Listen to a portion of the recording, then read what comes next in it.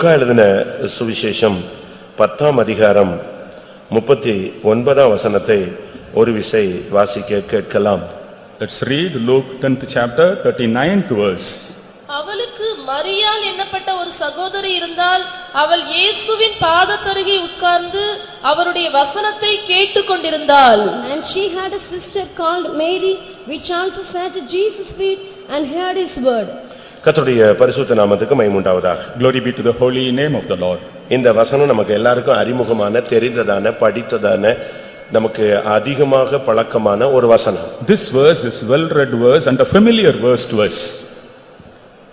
ஒரு குடும்பத்தைச் சேர்ந்த 3 பேரை நாம் அங்கே பார்க்கலாம். Here we can see 3 members of a family. 3 பேரும் 3 குணாதிசயங்கள் உடையவர்கள். 3 people had 3 different characters. ஒரு தாய் தகப்பனுக்கு பிறந்திருந்தாலும் Of course born of same parents. 3 பேரும் ஒவ்வொரு விதமான ரீதியிலே காணப்பட்டார்கள். Everyone was having individual character. இயேசு அந்த வீட்டுக்குள்ளே நுழைகிறார். Jesus entered that house. ஒரு ஆள் அங்க இல்லவே இல்லை. And one person was absent there. Totally absent. He was totally absent. சுத்தமா ஒதுங்கிட்டான். And he was completely away. But Jesus அவரை அதிகமா நேசிச்சார். But Jesus loved that person very much. இயேசுவுக்கு அவனை நல்லா தெரியும்.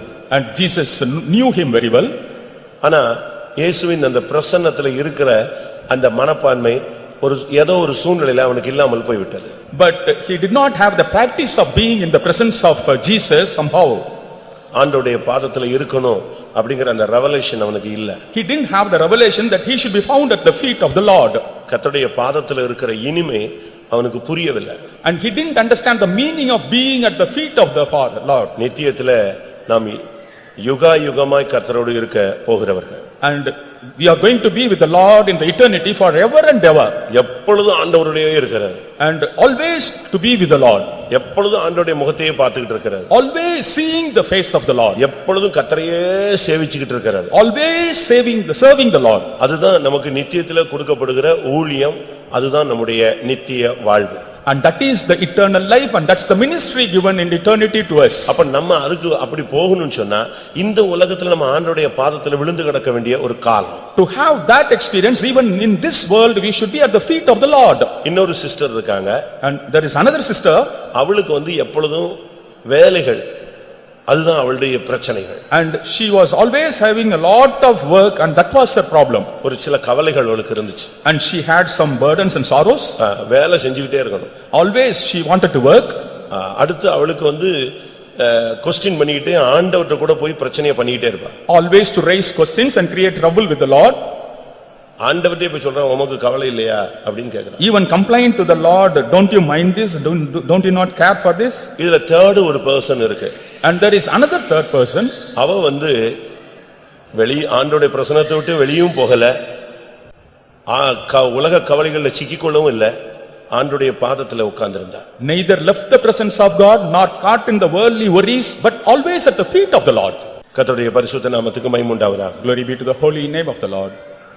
அங்கே நாம் பார்க்கும் பொழுது அவ வீட்டு வேலையை பத்தி கவலை இல்லாதவள் அல்ல, ஆனா ஆண்டவருடைய பாதத்துல இருக்கணும்ங்கற கவலை உள்ளவள். She was not worried. We cannot say that she didn't have the worries of the house, but she had the worry to be at the feet of the Lord. ஒரு சில வீட்ல உள்ள வேலையை செய்ய மாட்டாங்க. நான் ஜெபத்துக்கு போறேன், நான் ஜெபத்துல போய் உட்கார்ந்துக்கறேன் அப்படினு சொல்லிட்டு அங்க வீட்ல ஒரு பெரிய குப்பை கூட மாதிரி துணி கூட இருக்கும். And some people will not work at home saying that they are going for prayers. In the dustbin all dirty clothes will be accumulated. சில வீடுகளுக்கு போனா உள்ளே காலை வைக்க முடியாது. When we enter some houses we cannot keep our feet anywhere. நம்ம போன உடனே தான் காலையில இருந்தே சொல்லிக்கிட்டே இருந்தேன், நினைச்சிட்டே இருந்தேன் அப்படினு நம்மள நிப்பாட்டி வச்சிட்டு போயிருவாங்க.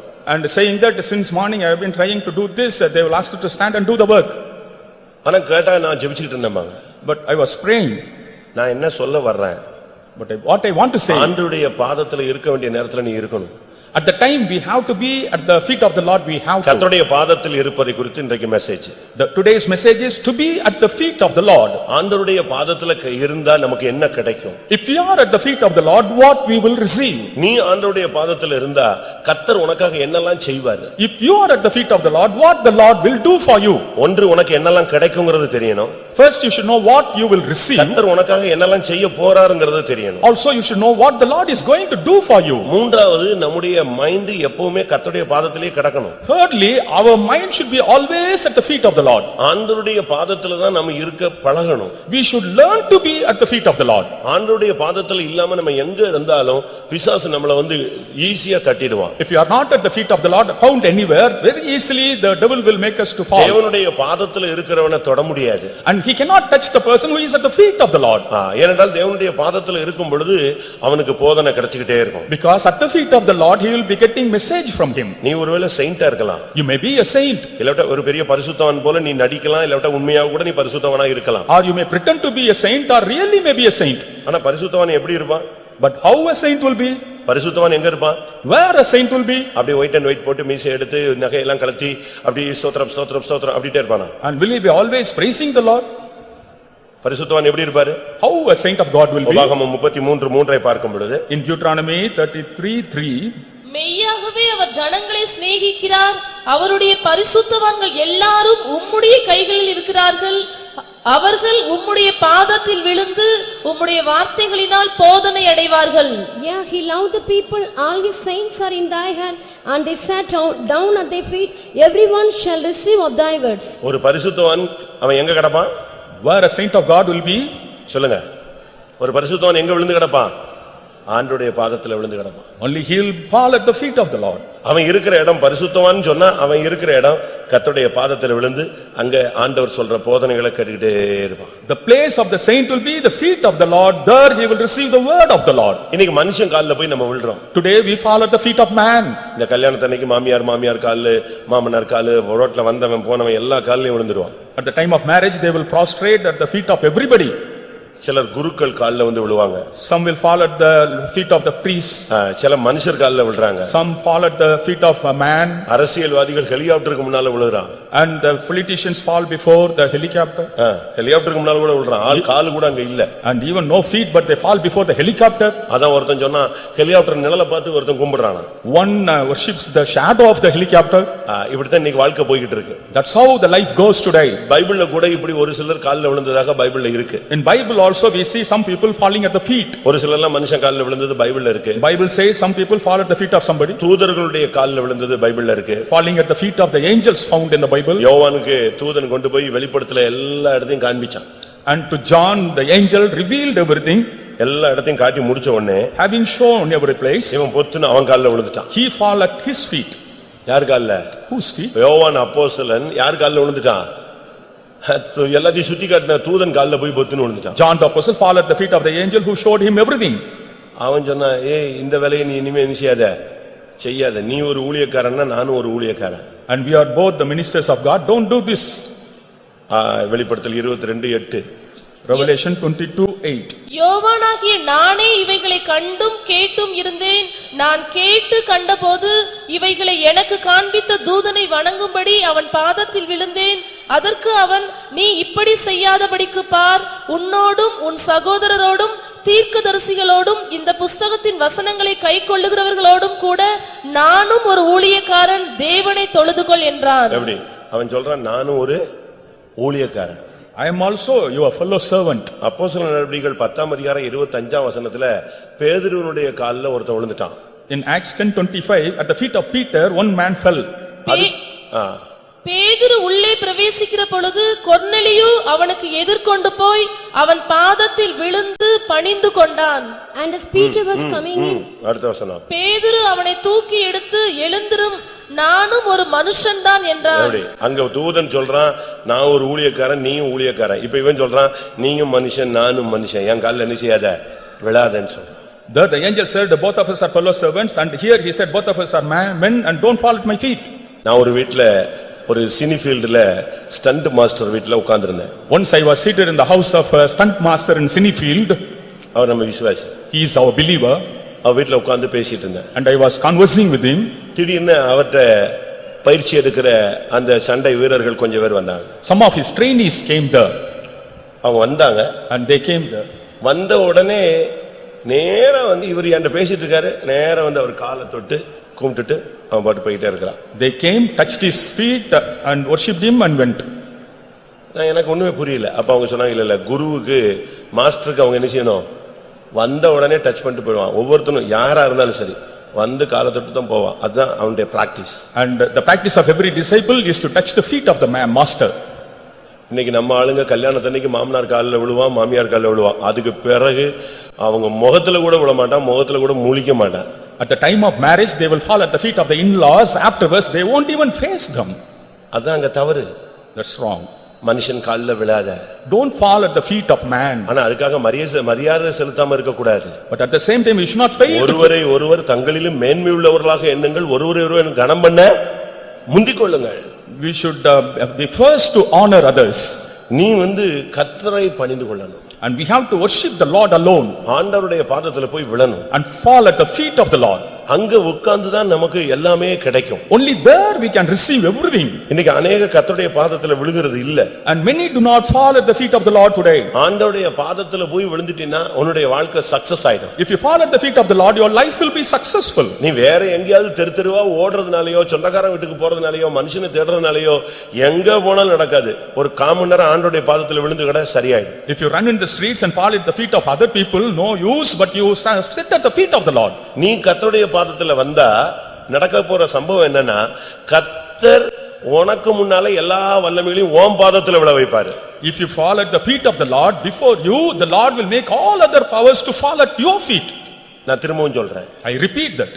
எங்க தேவனுடைய பாதத்தில் விழுகிற மனிதர்கள் இருக்கிறார்களோ அவர்கள் பாதங்கள்ல கர்த்தர் மற்ற வல்லமைகளை விழ வைப்பார். At the feet of those people fall at the feet of the Lord will make the other powers to fall at their feet. நீ கர்த்தருடைய பாதத்துல விழலனா உன் முன்னால ஒரு வல்லமை விழாது. If you don't fall at the feet of the Lord, no power will fall before you. அது உண்மைன்னு சொல்றவங்க கையில உயர்த்தி ஒரு அல்லேலூயா சொல்லுங்க. Hallelujah. நீ கர்த்தருடைய பாதத்துல விழுந்துட்ட உனக்கு முன்னால எவனுமே நிக்க முடியாது. If you fall at the feet of the Lord, none can stand before you. நீ முழங்கால் போட்டேன்னா உனக்கு முன்னால எல்லா வல்லமையும் முழங்கால் போடும். If you stand on the knees, all other powers will bend before you. 47ஆம் சங்கீதம் 3ஆம் வசனத்தை பார்க்கும் பொழுது In Psalm 47:3, ஜனங்களை நமக்கு வசப்படுத்தி ஜாதிகளை நம்முடைய பாதங்களுக்கு கீழ்ப்படுத்துவார். எப்படி ஆண்டவர் எவ்வளவு தெளிவான ஒரு வார்த்தையை சொல்றாரு. how clearly the Lord speaks here. நீ கர்த்தருடைய பாதத்துல விழுந்தீன்னா ஜாதிகள் ஜனங்கள் எல்லாம் உன் பாதங்களுக்கு கீழ வரும். If you fall at the feet of the Lord, the people and the nations will come under your feet. அதுதான் தேவனுடைய திட்டம். That's the plan of the Lord. அதுல மாற்றமே கிடையாது. And no change in that. எபிரேயர் 2ஆம் அதிகாரம் 7ஆம் வசனத்தை பார்க்கும் பொழுது In Hebrews 2:7, சிறியவன் பெரியவனாலே ஆசீர்வதிக்கப்படுவான், அதற்கு சந்தேகம் இல்லை. Thou madest him a little lower than the angels, thou crownest him with glory and honor, and didst set him over the works of thy hands. என்னது? அவனை தேவ தூதரிலும் சற்று சிறியவனாக்கினீர், மகிமையினாலும் கனத்தினாலும் அவனுக்கு முடிசூட்டி உம்முடைய கரத்தின் கிரியைகளின் மேல் அவனை அதிகாரியாக வைத்து சகலத்தையும் அவனுடைய பாதங்களுக்கு கீழ்ப்படுத்தினீர் என்று சொன்னான். சகலமும் அவனுடைய பாதங்களுக்கு கீழ்ப்படுத்தப்பட்டதுதான் தேவனுடைய ஏற்கனவே உள்ள திட்டம். the plan of the Lord is to subdue all things under the feet of the man. எல்லா வல்லமையும் உன் காலுக்கு கீழ தான் வரணும். All power should come under your feet. ஒருவேளை இன்னைக்கு அந்த வல்லமைகள் எல்லாம் உன்னை ஒடுக்கி, உன்னை நெருக்கி, உன்னை பயங்கர சித்திரவதைக்குள்ள கொண்டு போகலாம். Today those powers may suppress and torture you. உனக்கு பலவிதமான போராட்டங்கள் வரலாம். And you may have many struggles. உன்னை இன்னைக்கு அசட்டை பண்ணுவாங்க. Others may despise you. இன்னைக்கு உன்னை ஒடுக்குவாங்க. They may set you aside. உன்னை டார்ச்சர் பண்ணுவாங்க. They will torture you. ஆனா ஒண்ணு, இன்னைக்கு நீ கர்த்தருடைய பாதத்துல விழுந்தினா, but one thing, if you fall at the feet of the Lord today, அவங்க எல்லாம் உன் காலடியில வந்து விழுவாங்க. they all will come under your feet. ஏசாயா 60ஆம் அதிகாரம் 14ஆம் வசனத்தை பார்க்கும் பொழுது In Isaiah 60:14, ஏசாயா 60:14 60:14, உன்னை ஒடுக்கினவர்களின் பிள்ளைகளும் குனிந்து உன்னிடத்தில் வந்து உன்னை அசட்டை பண்ணின யாவரும் உன் காலடியில் பணிந்து உன்னை கர்த்தருடைய நகரம் என்றும் இஸ்ரவேலுடைய பரிசுத்தரின் சீயோன் என்றும் சொல்லுவார்கள். The sons also of them that afflicted thee shall come bending unto thee, and all they that despise thee shall bow themselves down at the soles of their feet, and they shall call thee the city of the Lord, the Zion of the Holy One of Israel. நீ இன்னைக்கு கர்த்தருடைய பாதத்துல விழு. you fall at the feet of the Lord today. உன்னை ஒடுக்கினவர்கள், உன்னை அசட்டை பண்ணினவர்கள் எல்லாரும் உன் கால்ல வந்து விழுவாங்க. Those who afflicted you and despised you will come under your feet. நீங்கள் யோசேப்பின் வாழ்க்கையை பாருங்க. When we consider the life of Joseph, அவனை அந்த போத்திபாருடைய மனைவி அவனை ஒரு மாம்ச இச்சை உள்ளவனாக வெளிப்படுத்தி விட்டாள். Potiphar's wife revealed him as the man with a carnal lust. அவன் மேல ஒரு அருவருப்பான ஒரு குற்றச்சாட்டை சொல்லி விட்டாள். And blamed him with an abominable accusation. அங்க அவனுக்கு நியாயம் பேசுறதுக்கு சக்தி கிடையாது. And he didn't have right to justify. அவன் ஜட்ஜ்மென்ட்ல தள்ளப்பட்டான். And he was pushed into judgment. நியாய தீர்ப்பு அவனுக்கு கிடைத்தது. And he received the judgment. என்ன சிறைச்சாலையில் கிடப்பது. He was imprisoned. எத்தனையோ வருடம் உள்ளே கிடக்கிறான். And many years he was in the prison. இன்னைக்கு மாதிரி ஜாமீன் எடுக்கிறதுக்கு வக்கீலோ இல்லாவிட்ட ஷூரிட்டி கொடுக்கிறதுக்கு ஆட்களோ கிடையாது. And in those days no people to plead for him. ஏன்னா அவனுக்கு எந்த விதத்திலயும் சப்போர்ட்டிவா ஆளே கிடையாது, மனுஷனே கிடையாது. He didn't have anyone to support him. அவன் தனியா கடந்துகிட்டே இருந்தான். And he was alone. என்ன நடந்தது? What happened? நாட்கள் வந்த பொழுது அவன் உயர்த்தப்பட்டான். When the days came, he was lifted up. தேவன் முதல் செஞ்ச வார்த்தை காரியம் என்ன தெரியுமா? The first work the Lord did was, பார்வோனுக்கு முன்னாலே இவன் நிக்கிறான். he stood before Pharaoh. பார்வோன் சொல்றான், இன்னையிலிருந்து சிங்காசனத்துல மட்டும்தான் நான் உயர்ந்தவன், மத்த எல்லாம் இவன் தான் ஃபுல் பொறுப்பு. Pharaoh said, only in the throne I am above him, but all things will be under him, he said. அப்படின்னு சொல்லிட்டு Having said so, ஃபர்ஸ்ட் ஒரு கமாண்ட் கொடுத்தான். he gave a first command. என்ன கமாண்ட்? What command? எல்லாரும் தண்டனிட்டு பணியுங்கள் அப்படின்னு சொல்லிட்டான். எல்லாம் கால்ல விழுந்து கும்பிடுன்னு சொன்னான். All fall at his feet and worship him. இதான் first command. This was the first command. அங்க யார் நிக்கிறா? Who was standing? போத்திபார் நிக்கிறான். Potiphar was there. எல்லாம் நிக்குது அங்க. எல்லாம் இவனை குற்றம் சாட்டி இவனை பிடிச்சு அடிச்சு சட்டையை கிழிச்சு இழுத்து கொண்டு போய் விட்டவெல்லாம் அங்க நிக்கிறான். All those people beat him and brought him there. இந்த வார்த்தை வந்த உடனே எல்லாரும் முகம் குப்புற விழுந்தார்கள். When this word came, all fell before him on the face. தண்டனிட்டு வணங்குங்கள்னா சல்யூட் கிடையாது. கீழே விழுந்து வணங்குங்கள்னா சல்யூட் பண்றதல்ல. Falling at the feet means not merely saluting. தண்டனிட்டுனா அப்படி அப்படி செய்யணும். முகம் குப்புற பொத்துன்னு விழுந்துறணும். They should prostrate on face before him. நின்னுட்டு இருக்கிறது ரெண்டே பேர் தான். Only two people were standing. ஒன்று பார்வோன், அடுத்து யார் நிக்கிறா? யோசேப்பு நிக்கிறான். One was Pharaoh, another one was Joseph. அவ்வளவு பேர் முகம் குப்புற விழுந்துட்டான். All others fell on their faces. இதுதான் பைபிள்ல ஏசாயா 60ல சொல்லப்பட்ட வாக்குத்தத்தம். உன்னை அசட்டை பண்ணினவர்கள், உன்னை ஒடுக்கினவர்கள், உன்னை குற்றஞ்சாட்டினர், உன்னை நியாயம் தீர்த்தவர்கள், உன்னை அற்பமாய் எண்ணின எல்லாரும் உன் காலில வந்து விழணும். அப்படின்னா நீ கர்த்தருடைய பாதத்துல விழுந்து கிடக்கணும். This is the promise said in Isaiah 60th chapter, and all those despised you, oppressed you will come and fall at your feet, for that you have to fall at the feet of the Lord. ஆண்டவருடைய பாதத்துல விழுகிறதுன்னா நமக்கு என்னன்னு தெரியாது. And to fall at the feet of the Lord, what we need. ஆண்டவருடைய பாதத்துல நீ விழுந்து கிடந்தீனா அதனுடைய சமூகமே வித்தியாசமானது. If you fall at the feet of the Lord, the presence itself will be something different. நம்மள மாதிரி முஸ்லிம்கள் முழங்கால் போடுறதில்ல. Like us, the Muslims don't stand on the knees. அவங்க முழங்கால் வித்தியாசமானது. And their way of standing on the knees. நம்ம உடனே நெடுமுழங்கால் போடுவோம், அப்படிமோ உடனே நேர மூணு அடியில நின்றுவோம். And we will stand on our knees erect. அப்படிதானே? அப்படிதான் நம்ம பிராக்டீஸ் பண்றோம், அது சரி. And that's how we practice. பழைய ஏற்பாட்டுல அப்படி அல்ல. In the Old Testament it was not so. எலியா கர்மேல் மலையில் ஏறி Elijah went up Carmel. அங்க என்ன செஞ்சான்? What did he do there? தன்னுடைய முகம் தன் முழங்கால் படியில் படும்படியாக தரை மட்டும் குனிந்து. He bowed to the ground that his head may touch his knees. நீங்க அது பிராக்டீஸ் பண்ணி பாருங்க, பயங்கர யோகாவோட டஃப்பா இருக்கும். If you practice this, it will be tougher than yoga. முழங்கால்ல நின்னு standing on the knees, அப்படியே குனிஞ்சு bending down. இந்த தலை வந்து எங்க படணும்? எங்க படணும்? முழங்கால்ல படணும். Forehead should touch the knees.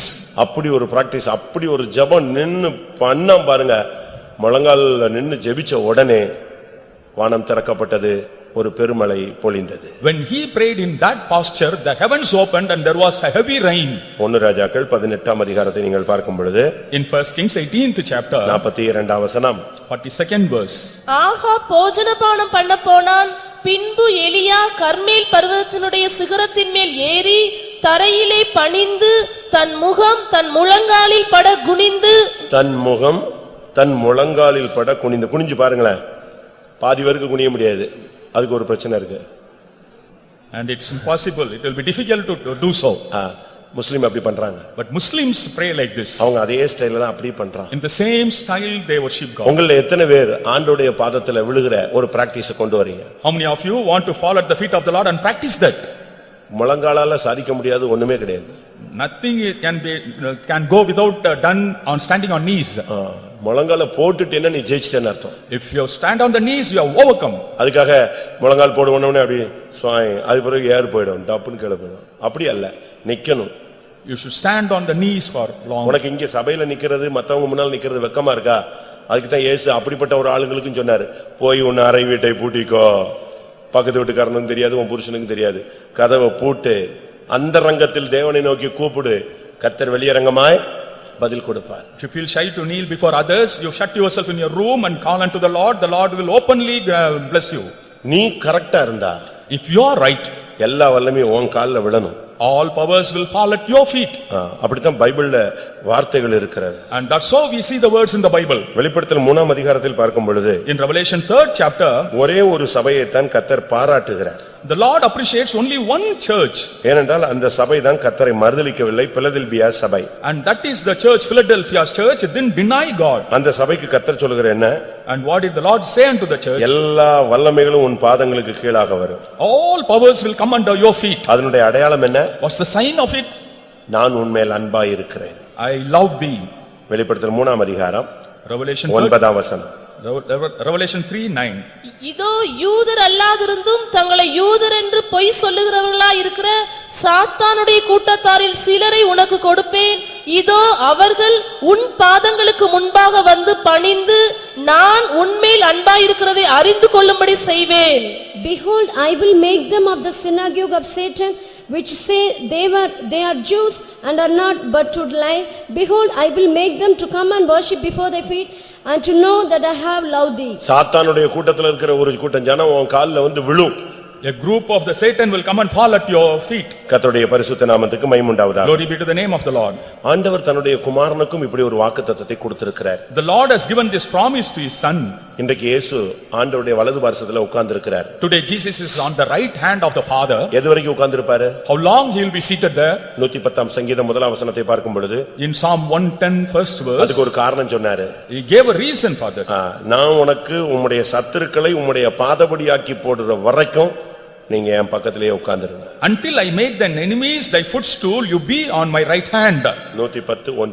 Psalm 110 first verse. கர்த்தரின் ஆண்டவரை நோக்கி நான் உம்முடைய சத்துருக்களை உமக்கு பாதபடியாக்கி போடும் வரைக்கும் நீர் என்னுடைய வலது பாரிசத்தில் உட்காரும் என்றார்.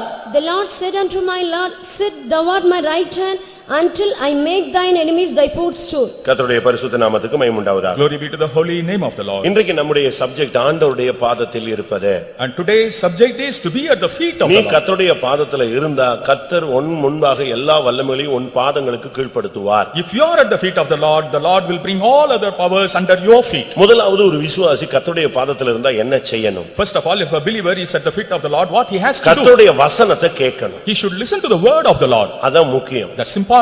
வசனம் என்பது வேதத்தில் சொல்லப்பட்ட வார்த்தையும் கர்த்தருடைய திட்டமும். The word means the words in the Bible and also the plan of the Lord. இப்போ உன்னிடத்துல எல்லாமே வசனம் மூலமா பேசணும்னு சொல்ல முடியாது. We cannot say always he would speak in நீ words. போகிற பாதைகளுக்கு ஏற்ற வார்த்தைகளை உனக்கு சொல்லுவார். He will give the words according to the path in which you go. அது விசுவாசத்தின் அடிப்படையில் இருக்கும், பரிசுத்தத்தின் அடிப்படையில் இருக்கும், தேவ சித்தத்தின் அடிப்படையில் இருக்கும், இல்லாவிட்டால் வேத வாக்கியத்தின் அடிப்படையில் இருக்கும். It will be based on your faith, the word of God, or in the plan of the Lord. தேவனுடைய பாதத்திலிருந்து வசனத்தை கேட்கணும். We should be at the feet of the Lord, listen to the word of the Lord. இப்படி நீங்க பிரசங்கத்தை கேட்கிறது ரொம்ப நல்லது. Listening to such messages is very good. இதே போல சும்மா இருக்கிற நேரத்துல கர்த்தர்ட்ட இருந்து ஏதாவது ஒரு வார்த்தையை நீங்க கேளுங்க. Similarly, whenever you are free, you should listen to the word of the Lord. Pastor Joel அவர்கள் சொல்லும் பொழுது, When Pastor Joel said, ஒவ்வொரு நாளும் ஒரு வார்த்தையை பெற்றுக்கிட்டு படுக்கையில இருந்து எழும்புன்னு சொல்வார். every day receive a word from the Lord and get up from your bed. அப்படி ஒரு பிராக்டிஸ் எல்லாம் வந்துட்டோம்னா மதுரை எங்கேயோ போய்டும். If you come into that practice, Madurai will go somewhere. ஒவ்வொரு குடும்பமும் எங்கேயோ போய்டும். Every family will go somewhere. ஏன்? Why? இஸ்ரவேல் ஜனங்கள் காலையில் எழுந்த உடனே மன்னா இல்லாம அவங்க அடுத்த பிரயாணத்தை தொடர மாட்டாங்க. Israelites without manna will not start their journey. அதுவும் சூரியன் உதிக்கிறதுக்கு முன்னால எடுத்துருவாங்க. Before the sunrise, they will pick it up. அதுதான் அவங்களுடைய ஜீவனாக இருந்தது, ஜீவாதாரமாக இருந்தது. That was the food of their life. அப்படினால் வசனத்தை கேளுங்க. So listen to the word. ஒரு சிலர் பிரசங்கத்தை கேட்கும்போது படம் வரைவாங்க. When listening to the message, some will be drawing pictures. நாய், பூனை இதெல்லாம் வரைஞ்சிட்டு இருப்பான். அது புத்தி அப்படித்தான் வேலை செய்யுது, வேற என்ன பண்ண முடியும்? They will be drawing some dogs or cats and இன்னும் ஒரு சிலர் அப்படி இல்ல, வசனம் கேட்க தொடங்கிட்டா அவ்வளவுதான், அதோட தூக்கம் தான். பிசாசு ஏறி உட்காந்துரும். அது ஊழியக்காரனோ விசுவாசி ஏறி உட்கார்ந்தா முடிஞ்சது. முடியும் போது பாட்டு பாடும்போது ஸ்தோத்திரம் முடிஞ்சு போச்சா, முடிச்சாரு அவரு அப்படின்னு நினைச்சு போயிட்டே இருக்கும். Some when the message starts, they will fall asleep. Only at the end of the message, they will wake up and go. ஒரு சிலர் அப்படி இல்ல. Some are not. கேட்டுக்கிட்டு இருக்கும் பொழுது என்ன இப்படி எல்லாம் பண்றாங்க, இப்படி எல்லாம் பேசுறாங்க, இது என்ன சரியா இப்படியும் இருக்கும். அதுக்கெல்லாம் நான் வசனம் இப்ப சொல்ல போறேன் வரிசையா. Even while listening to the message, they will be criticizing that in the mind. கர்த்தருடைய பாதத்துல இருந்தா நீ வசனத்தை கேட்கணும். If you are at the feet of the Lord, you should listen to the words of the நான் Lord. 1 hour பேசுறேன்னா அதுல ஒரு வார்த்தை உனக்கு இருக்கும். If I speak for 1 hour, one word will be there for you. ஏதாவது ஒரு வார்த்தை உனக்குன்னு வந்து சேர். At least one word will be there for you. அதுல அத பிடிச்சிட்டு நீ போயிட்டே இருக்கலாம். And holding on to that, you can proceed. இல்ல 1 hour பேசுறதும் கூட உனக்கே வந்துரும். Or 1 hour message will be wholly for you. கர்த்தர் ஒன்னிடத்திலேயே பேசிடுவார். The Lord will be speaking to you alone. முழுவதும் உனக்காகவே வந்துட்டு இருக்கும். The whole thing will be for you. முதலாவது வசனத்தை கேட்கணும். First, you should listen to the word. இன்றைய இன்னைக்கு நீங்க பாருங்க, காலையில எந்திரிச்ச உடனே பேப்பரை வாங்கின உடனே படபடன்னு பிடிக்கீங்க. எங்கெல்லாம் நடந்துச்சு, குண்டு வெடிச்சது, செத்தது, வந்தது, போனது எல்லாம் நீங்க படிக்க ஆரம்பிச்சிருவீங்க. Every morning you begin to read the newspaper. அப்படிதானே? It's not so. ஒரு சிலர் அப்படி இல்ல. காலையில எந்திரிச்ச உடனே டியூன் பண்ணிடுவாங்க. பாட்டு கேட்கும், ஏதாவது மெசேஜ் கேட்கும், ஏதோ ஒண்ணு கேட்கும். Some will switch on the sets and there will be music or a song and a message from that. ஒவ்வொருத்தருக்கும் ஒவ்வொரு பிராக்டிஸ். Everyone having different ஆனா practice. நான் என்ன சொல்றேன், நீ கர்த்தருடைய வசனத்தை கேளு. But I say you listen to the words of God. அந்த பெண் அந்த வீட்ல 3 பேர்ல அவளும் ஒருத்தி. And that woman was one among the 3 in the family. ஆனா அவளுக்கு மட்டும்தான் கர்த்தருடைய பாதத்திலிருந்து வசனத்தை கேட்கறோம்ங்கற ஒரு மெண்டாலிட்டி இருந்துச்சு. But only she had the mentality to hear the word of the Lord at his feet. ஏன்னா வசனத்துல ஜீவன் இருக்கு. But because there is life in the word. யோவான் முதலாம் அதிகாரத்தை நீங்க பார்க்கும் பொழுது, when we see John first, ஆதியிலே வார்த்தை இருந்தது. in the beginning was the word. அந்த வார்த்தை தேவனிடத்தில் இருந்தது. And the word was with God. அந்த வார்த்தை தேவனாய் இருந்தது. And the word was God. அந்த வார்த்தை மனிதருக்கு ஒளியா இருந்தது. And that word was light. அந்த வார்த்தை மனுஷருக்கு ஜீவனாய் இருந்தது. And that word was a life to man. அதுதான் தேவன், அதுதான் ஜீவன், அதுதான் ஒளி. That is God, that is life, that is light. ஆனபடியாதான் அதுதான் வாழ்க்கையினுடைய வெளிச்சம், அதுதான் ஜீவனே. And that is the light of the life and that's the life itself. அப்ப ஒரு நாள்ல உனக்கு வசனம் கிடைக்கலன்னா அன்னைக்கு முழுசு நீ empty. And if you don't receive a word on one day, you are whole day empty. அதுக்கு தான் நாங்க தங்க வசன காலண்டர் வாங்கி வச்சிருக்கோம்ல. That's why we have that golden word calendar. Golden text calendar வாங்கி வச்சிருக்கோம். We have the golden verse நீ calendar. செய்கிறதை சீக்கிரமாய் செய். அப்படினா அன்னைக்கு செய்ய வேண்டியதெல்லாம் சீக்கிரமா செஞ்சிரணுமா? And it is said that what you have to do it immediately. Should we have to do that? அதெல்லாம் வசனம் சும்மா ஒரு பக்திக்காக சிஎஸ்ஐ காரங்க அந்த காலத்துல செஞ்சு வச்சது. ஒரு வசனமாவது ஒண்ணுமே படிக்காம போறான், இதையாவது படிச்சு தொலைன்னு சொல்லி வச்சதுதான் அந்த ஒரு வசனம். CSA people made that practice, at least let them read one verse. நீங்களும் அதே ஒரு வசனத்தை பிடிச்சிக்கிட்டே என்ன செய்யக்கூடாது, அதுல பாதி வசனம் கூட இருக்காது. அந்த கேப்புக்குள்ள என்ன வருதோ அதைத்தான் போடுவான். Only a part of the verse will be there. அப்படிதானே? நமக்கு எல்லாருக்கும் பிடிச்ச வசனம், ஆபத்து காலத்தில் நீ என்னை நோக்கி கூப்பிடுவாய், நான் உன்னை ஓடி விடுவிப்பேன், நீ என்னை மகிமைப்படுத்துவாய். ஆனா அதுக்கு முன்னாலே ஒரு பெரிய சப்ஜெக்ட் இருக்கு. அதுக்கு முந்தின வசனம், நீ ஸ்தோத்திர பலியிட்டு உன் பொருத்தனைகளை செலுத்தி பின்பு ஆபத்து காலத்தில் என்ன செய்ய. அதுக்கு முன்னால நீ என்ன செஞ்சிருக்கணும்? பிரச்சனையான நேரத்தில் நீ என்ன செஞ்சிருக்கணும்? ஸ்தோத்திரம் பண்ணி உன் பொருத்தனை எல்லாம் செட்டில் பண்ணிட்டு திருப்பி என்னை கூப்பிடு, நான் வருவேன்னு சொல்றாரு. நமக்கு பிடிச்ச வசனம் என்னது? ஆபத்து காலத்தில் எங்கேயாவது மாட்டிக்கிட்டீங்கன்னா கூப்பிடு, உடனே உள்ள வந்துருவாரு. At the time of trouble you call unto me, and we are pleased with that verse since it is a promise. And before that verse there is a big condition given there. முந்தியெல்லாம் நம்ம சபை எல்லாரோடும் mingle ஆயிருந்துச்சு. In those days our church was mingling with other people. அப்பப்ப Christians meeting போடுவாங்க. And then and there the Christians will conduct meetings. இந்த வசனத்துக்கு விளக்கம் என்ன, அந்த வசனத்துக்கு விளக்கம் என்னன்னு எல்லா பாஸ்டர்ஸும் பேசுவாங்க. All pastors will interpret the verses. ஒரே வசனத்தை எல்லாரும் பேசுவாங்க. And all will speak on one verse. அப்ப சிபிஎம் பாஸ்டர்ஸும் அதுல பேசுவாங்க. CPM pastors also will speak there. கொஞ்ச நாள் அப்படி போய்கிட்டே இருந்துச்சு. For some days it was going on. அதுல அதிகமா பிரதர் பாக்கியராஜ்னு ஒருத்தர் தான் நம்ம மிஷன் சார்புல கலந்து கொள்வார். And mostly Pastor Pakiraj will take part in that often. அவர் பிரதர் எல்டரா இருக்கும்போது சென்டர் பாஸ்டர் மாதிரி தூத்துக்குடியில சென்டர் பாஸ்டராவே ஆக்ட் பண்ணாரு. And even when was an elder he was practicing as அவ்வளவு வல்லமையான பிரசங்கியார். and he was a powerful preacher. அதனால சவுத்ல எந்த மீட்டிங்னாலும் இவரை தான் உள்ள விடுவாங்க. So in the southern region only he will be allowed to preach. கொஞ்ச நாள் இந்த பிரீச்சிங் இவர் போனாரு. And he went for the preaching for some day. அவங்க ஒரு வசனம் பேசினா சாரி, அதுக்கு முந்தின வசனத்தை தொடருவோம் அப்படிம்பாரு. If they speak on one verse he will say sorry, let us go into the previous verse. இல்ல அதுக்கு அடுத்த வசனத்துக்கு வந்து பாரு. After see the next verse. நீ அந்த ஒரு வசனத்துல நிக்கிற. Why do you stick on to one particular comma verse? போட்டு வருது பாரு அடுத்த லைன், அத சேரும்பாரு. And there is a comma, include the following verse also. இப்படி பேச ஆரம்பிச்ச உடனே கடைசில அவங்களே முடிவு பண்ணிட்டாங்க, இனிமேல் சிபிஎம் காரங்களை கூப்பிடுவது இல்ல. ஏன்னா கடைசில பேசுறேன்னு சொல்லிட்டு கடைசில எல்லாத்தையும் கவுத்திடுறான். They decided not to call the CPM people also afterwards. அதோட முடிஞ்சு போச்சு. அதுக்கு பிறகு நாம் தனித்து வாசம் பண்ணுகிறோம் And it's- இன்று வரை. And we started dwelling separately till today. ஏன் இதை சொல்றேன்? Why do I say this? நீ வசனத்தை கேட்கணும். You should listen to the word. முதலாவது இந்த வசனத்தை கேட்க உனக்கு ஆசை இருக்கணும். First of all, you should have a desire to listen to the word. இன்னைக்கு கோயிலுக்கே புறப்படல ஒரு புருஷன் ஒரு மனைவி, ஏங்க வாங்க டைம் ஆயிடுச்சு வாங்க சீக்கிரம் குளிங்க, இவங்களே அவங்கள குளிப்பாட்டி இழுத்து இந்த குழந்தை மாதிரி இழுத்து கொண்டு வந்து இங்க உட்கார வச்சா இவனுக்கு என்ன பிரசங்கம் மண்டையில ஏறும்னு நினைக்கிறீங்க?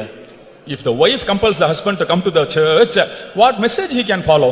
இல்ல ஒரு மனைவியை கூட்டு வராங்க, Or a wife is brought அதுக்கு ஒண்ணுமே புரியாது. and she doesn't understand இல்ல it. பையங்களை அவ்வளவு பேர் இந்த ஒயிட் அண்ட் ஒயிட் போட்டு இழுத்து வந்திருக்காங்க, பொண்ணுங்களை இழுத்து வந்திருக்காங்க. எத்தனை பேருக்கு மண்டையில ஏறும்னு நினைக்கிறீங்க? And the children also brought here, and to how many? ஆனா ஆசையோடு வந்தால் If you come with a desire, அதுல ஒரு இன்ட்ரெஸ்ட் இருக்கணும். there should be some interest in that. படிக்க போற பையனுக்கு படிப்புல இன்ட்ரெஸ்ட் இல்லைன்னா அவனுக்கு fees கட்டினதெல்லாம் வீணு.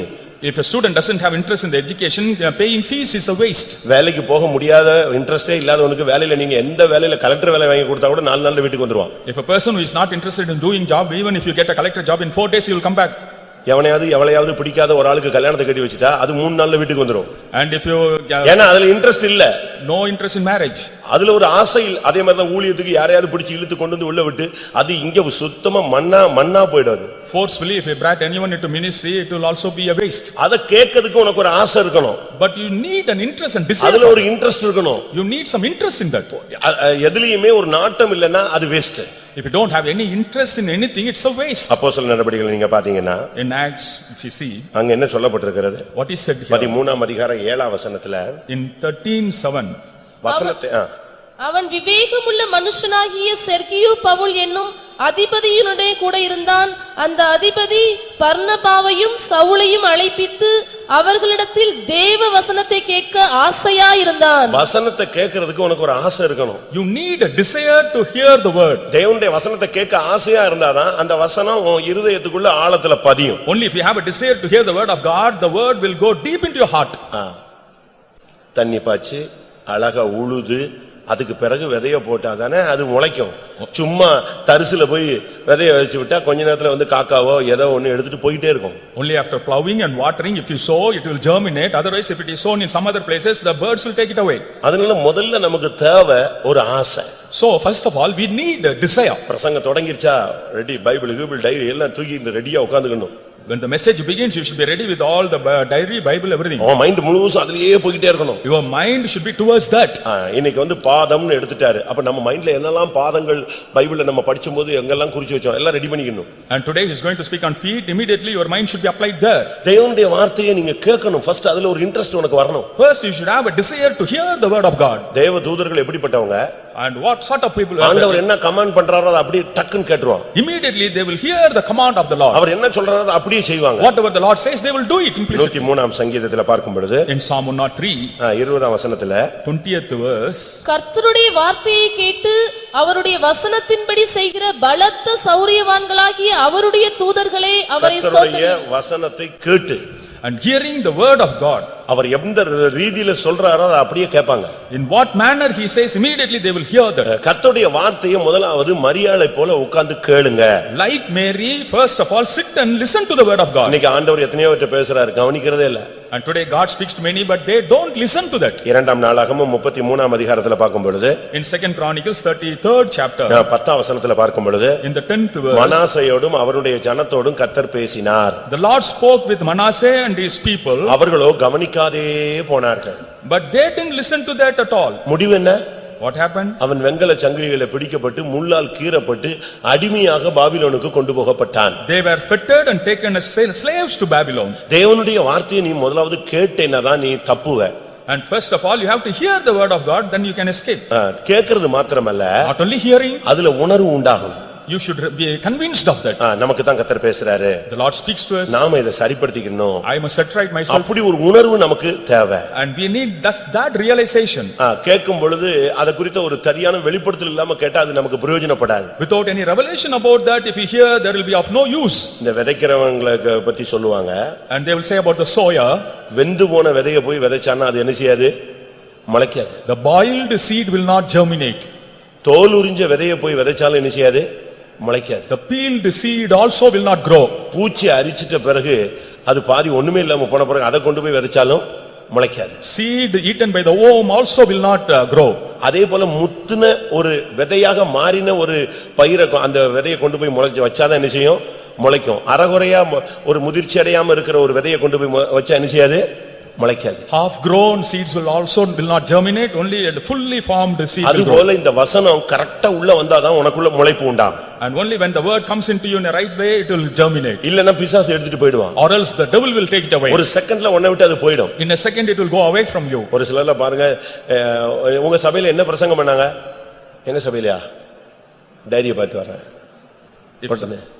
If you ask what message was given, they will say, I will see the diary and say it. ஏன்னா அது அதுக்குள்ள நெஞ்சிருச்சு. சாயங்காலத்துக்குள்ள சுத்தமா போயிடுச்சு.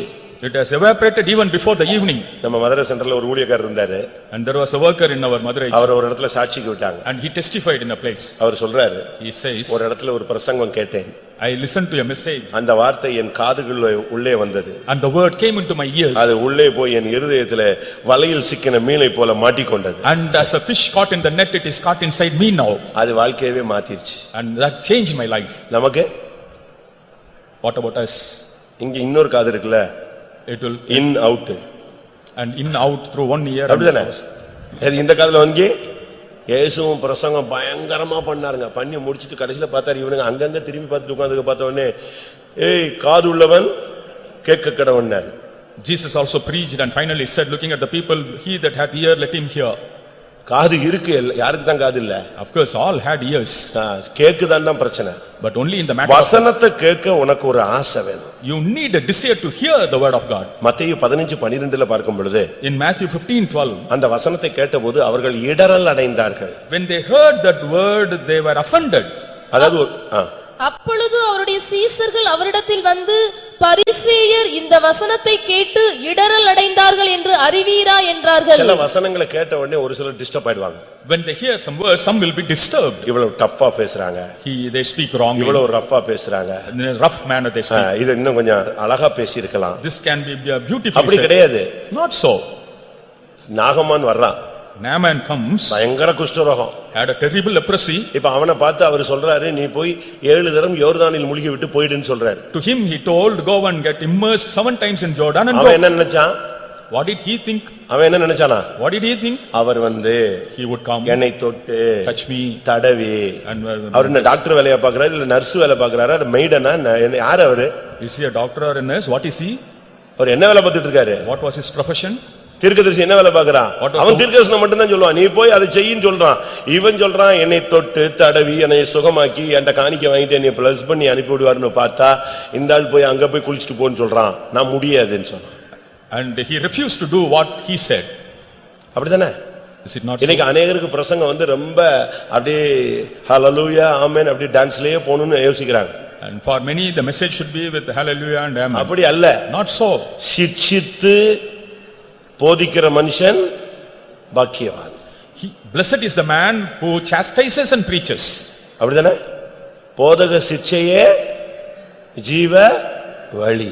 Chastisement is the way of life. போதகத்திலேயே உனக்கு ஏத்த வேண்டிய இன்ஜெக்ஷன், செய்ய வேண்டிய ஆபரேஷன், உனக்கு செய்ய வேண்டிய ட்ரீட்மெண்ட்டை செஞ்சிடணும். Even in the message, the operation and the treatment should be given to you. இல்ல நீங்க சபைக்கு வாங்க, நீங்கள் காணிக்கை கொடுத்தால் பரலோகத்துக்கு போவீர்கள். இதுக்கு நாம சொல்ல வேண்டிய அவசியமே இல்லையா? And we need not say that only if you come to this church and give offerings you can go to நீ heaven. சரியில்லைன்னா போக மாட்ட. If you are not right you won't go. கிளையாத்தில் பிசிந்தைலம் இல்லையோ, பின்ன ஏன் என் ஜனமாகிய குமாரத்தி சொஸ்தமடையாமல் போனாள்? Is there no balm in Gilead? Then why my daughter is not healed? இஸ்ரவேலிலே ரணவைத்தியன் இல்லையோ, பின்ன ஏன் என் ஜனமாகிய குமாரத்தி சொஸ்தமடையாமல் போனாள்? Is there no physician in Israel? Then why my daughter is not healed? சுத்திரிப்பு கூட்டம்லாம் ஆபரேஷன் தியேட்டர் தான். Sanctification meetings or operation theaters. இந்த 4-5 சுத்திரிப்பு கூட்டத்துக்கு வரும்போது யாரையாவது புதிய ஆத்மாவை கூட்டி வந்துட கூடாது. For the 5 sanctification meetings don't bring any new soul. Operation தியேட்டர்ல ஆபரேஷன் பண்றவங்கள மட்டும் தான் அலோட் பண்ணுவோம். யாரும் வெளிய ஐசியூல வெளிய தான் நிக்கணும். And in the operation theater only the patient to be operated will be there, all others will be standing outside. அன்னைக்கு வந்து நீ புதிய ஆத்மாவை ரட்சிப்புல பெரிய தரிசனத்தோட கூட்டி வந்துட கூடாது. With a great vision you should not bring the new soul here. சுத்திரிப்பு யாருக்கு தான்? Sanctification is meant for, operation உனக்கு தான். operation is for you. போதக சிட்சை ஜீவ வழி. And the chastisement of preaching. சிட்சித்து போதிக்கிற மனுஷன் பாக்கியவான். The blessed is the man who chastises and preaches. கட்டாயம் சிட்சிக்கப்பட வேண்டியது அவசியம். It's essential to be பிரசங்க chastised. கேட்கும்போதே உன் லைஃப் அப்படி சேஞ்ச் ஆகிட்டே இருக்கணும். Even while listening to the message, your life should get changed. அப்படி பிரசங்க கேட்டுக்கிட்டு இருக்கும்போது அந்த டைமே உன் லைஃப் மாறிட்டே இருக்கணும். Even while listening, immediately your life should change. யோவான் 15:3 சொல்லி இருக்கிறது. In John 15:3. நீங்கள் கேட்ட உபதேசத்தினாலே இப்பொழுதே சுத்தமாகிறீர்கள். By the doctrine you heard, now yourself you are sanctified. பிரசங்கத்துல நீ எடற வேண்டிய அவசியமே கிடையாது. And you need not enter the message at all. அன்னைக்கெல்லாம் வசனம் கேட்க ஜனங்கள் கூட்டம் கூட்டமா வந்தார்கள். And in those days people came in crowds to listen to லூக்கா 5:1 சொல்லி இருக்கிறது. In Luke 5:1. வசனம் கேட்க ஜனங்கள் கூட்டமாய் வந்தார்கள். People came in big multitude to listen to அப்போஸ்தலர் 13:44 பார்க்கும் பொழுது in Acts 13:44 ஊர் முழுவதும் ஏறக்குறைய அந்த ஊர் முழுசுமே அந்த வார்த்தையை கேட்க வந்து விட்டது. almost the whole city came to hear his word. எப்படி இருக்கும் நீங்க யோசிச்சு பாருங்க. Just imagine how நீ வசனத்தை கேட்டால், if you listen to the word, அதன்படி செய்தால், if you do so, நீதான் இயேசுவுக்கு சகோதரனும் சகோதரியும். you will be the brethren to Jesus. லூக்கா 8:21 இயேசு சொல்லும் பொழுது, in Luke 8:21 Jesus says, இயேசு சொல்ல இந்த வசனத்தை கேட்டு அதன்படி செய்கிறவர்களே என்னுடைய தாயும் என்னுடைய சகோதரரும் என்று சொன்னார். and Jesus said only those who follow the word and do accordingly are my brothers and my mother. வசனம் கேட்டு நல்லா இருக்குன்னு போக கூடாது. not appreciating the word and go. மத்தேயு 13:23 படி according to Matthew 13:23 நீ வசனத்தை கேட்டு 100% நீ பலன் கொடுக்க வேண்டும். listening to the word 100% you have to give fruits. இதுதான் தேவன் நம்மில் ஒவ்வொருவரிலும் எதிர்பார்க்கிற ஒரு வாழ்க்கை. and this is the life God expects from us. முதலாவது அந்த பெண் உட்கார்ந்து ஆண்டவருடைய வார்த்தையை கேட்டுக்கிட்டே இருந்தா. first of all that woman was sitting and listening to the word of அந்த God. பையன் வர்ற வரைக்கும் இயேசு உட்கார்ந்துட்டு இருக்கல. until the boy came அந்த சகோதரி வேலையை முடிச்சிட்டு வர்ற வரைக்கும் இயேசு வெயிட் பண்ணல. until that sister would come Jesus didn't wait. அவர் வந்தாரு, வசனத்தை பேச ஆரம்பிச்சிட்டாரு. he came started preaching. ஒரு ஆள் வெளிய போயாச்சு, ஒரு ஆள் கிச்சனுக்கு போயாச்சு, ஒரு ஆள் ஆண்டவருடைய பாதத்துல உட்கார்ந்து கர்த்தருடைய வார்த்தையை கேட்டுட்டே இருக்கிறார். one had left out, one had gone to the kitchen, one was at the feet of the Lord listening to the word. அதுதான் வாழ்க்கையினுடைய மாற்றம். and that's the change of life. மரியாள்னு சொன்னா கண்ணீர். Mary means virgin. கண்ணீர், tears.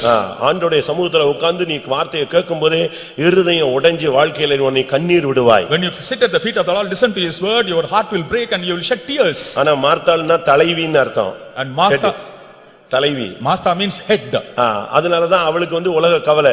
யாரெல்லாம் dominate பண்ணணும்னு ஆசைப்படுறீங்களோ உங்களுக்கு உலக கவலை பிரச்சனை இருக்கும். உங்களுக்கு வசனத்தை கேட்கிற ஆண்டவருடைய பாதத்துல உட்கார்ற பிராக்டிஸ் வராது.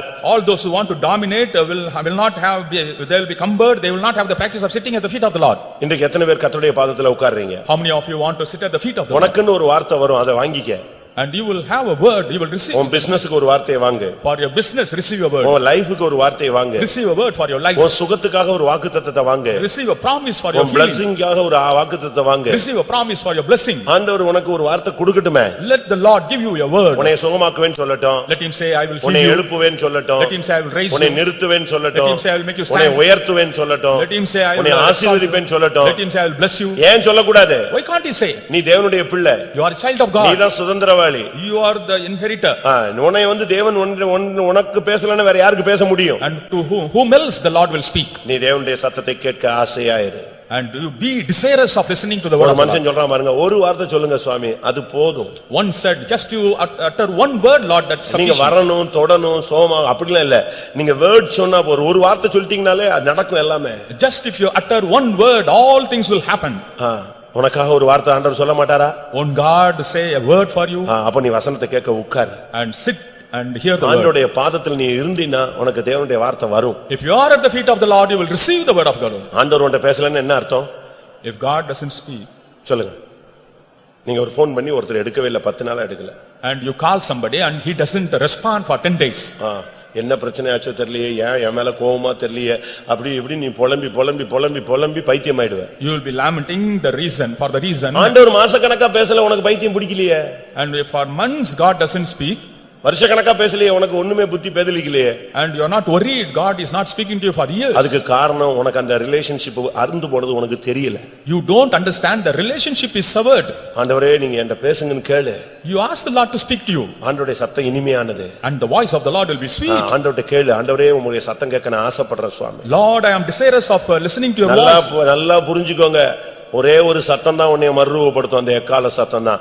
இப்பமே நீ ஆண்டவர் பேசி உன்னை அந்த பிராக்டிஸ் இருந்தாதான் எக்கால சத்தமும் உனக்கு கேட்கும். And the voice of the trumpet will transform you. Only now if you have the practice of hearing to the word of the Lord, that will transform you. ஆண்டவர் பேச சொல்லு. Ask the Lord to speak to you. ஏன் பேசக்கூடாது? Why can't he speak? குடிகாரன்ட்ட பேசுறாரு. And he speaks to the drunkard. ஒருத்த wine ஷாப்ல புருஷன் மனைவி ஒரு கூட்டத்துக்கு போறாங்க. Husband and wife go to a meeting. இவன் பயங்கர குடிகாரன். And he is a terrible drunkard. ஒரு கல்யாண மண்டபத்துல மீட்டிங் நடக்குது. And in a marriage hall a meeting was going on. இவன் வரும்போது எனக்கு ஒரு 100 ரூபாய் கொடுன்னு வாங்கி வச்சுக்கிட்டான். He asked her to give 100 rupees and received.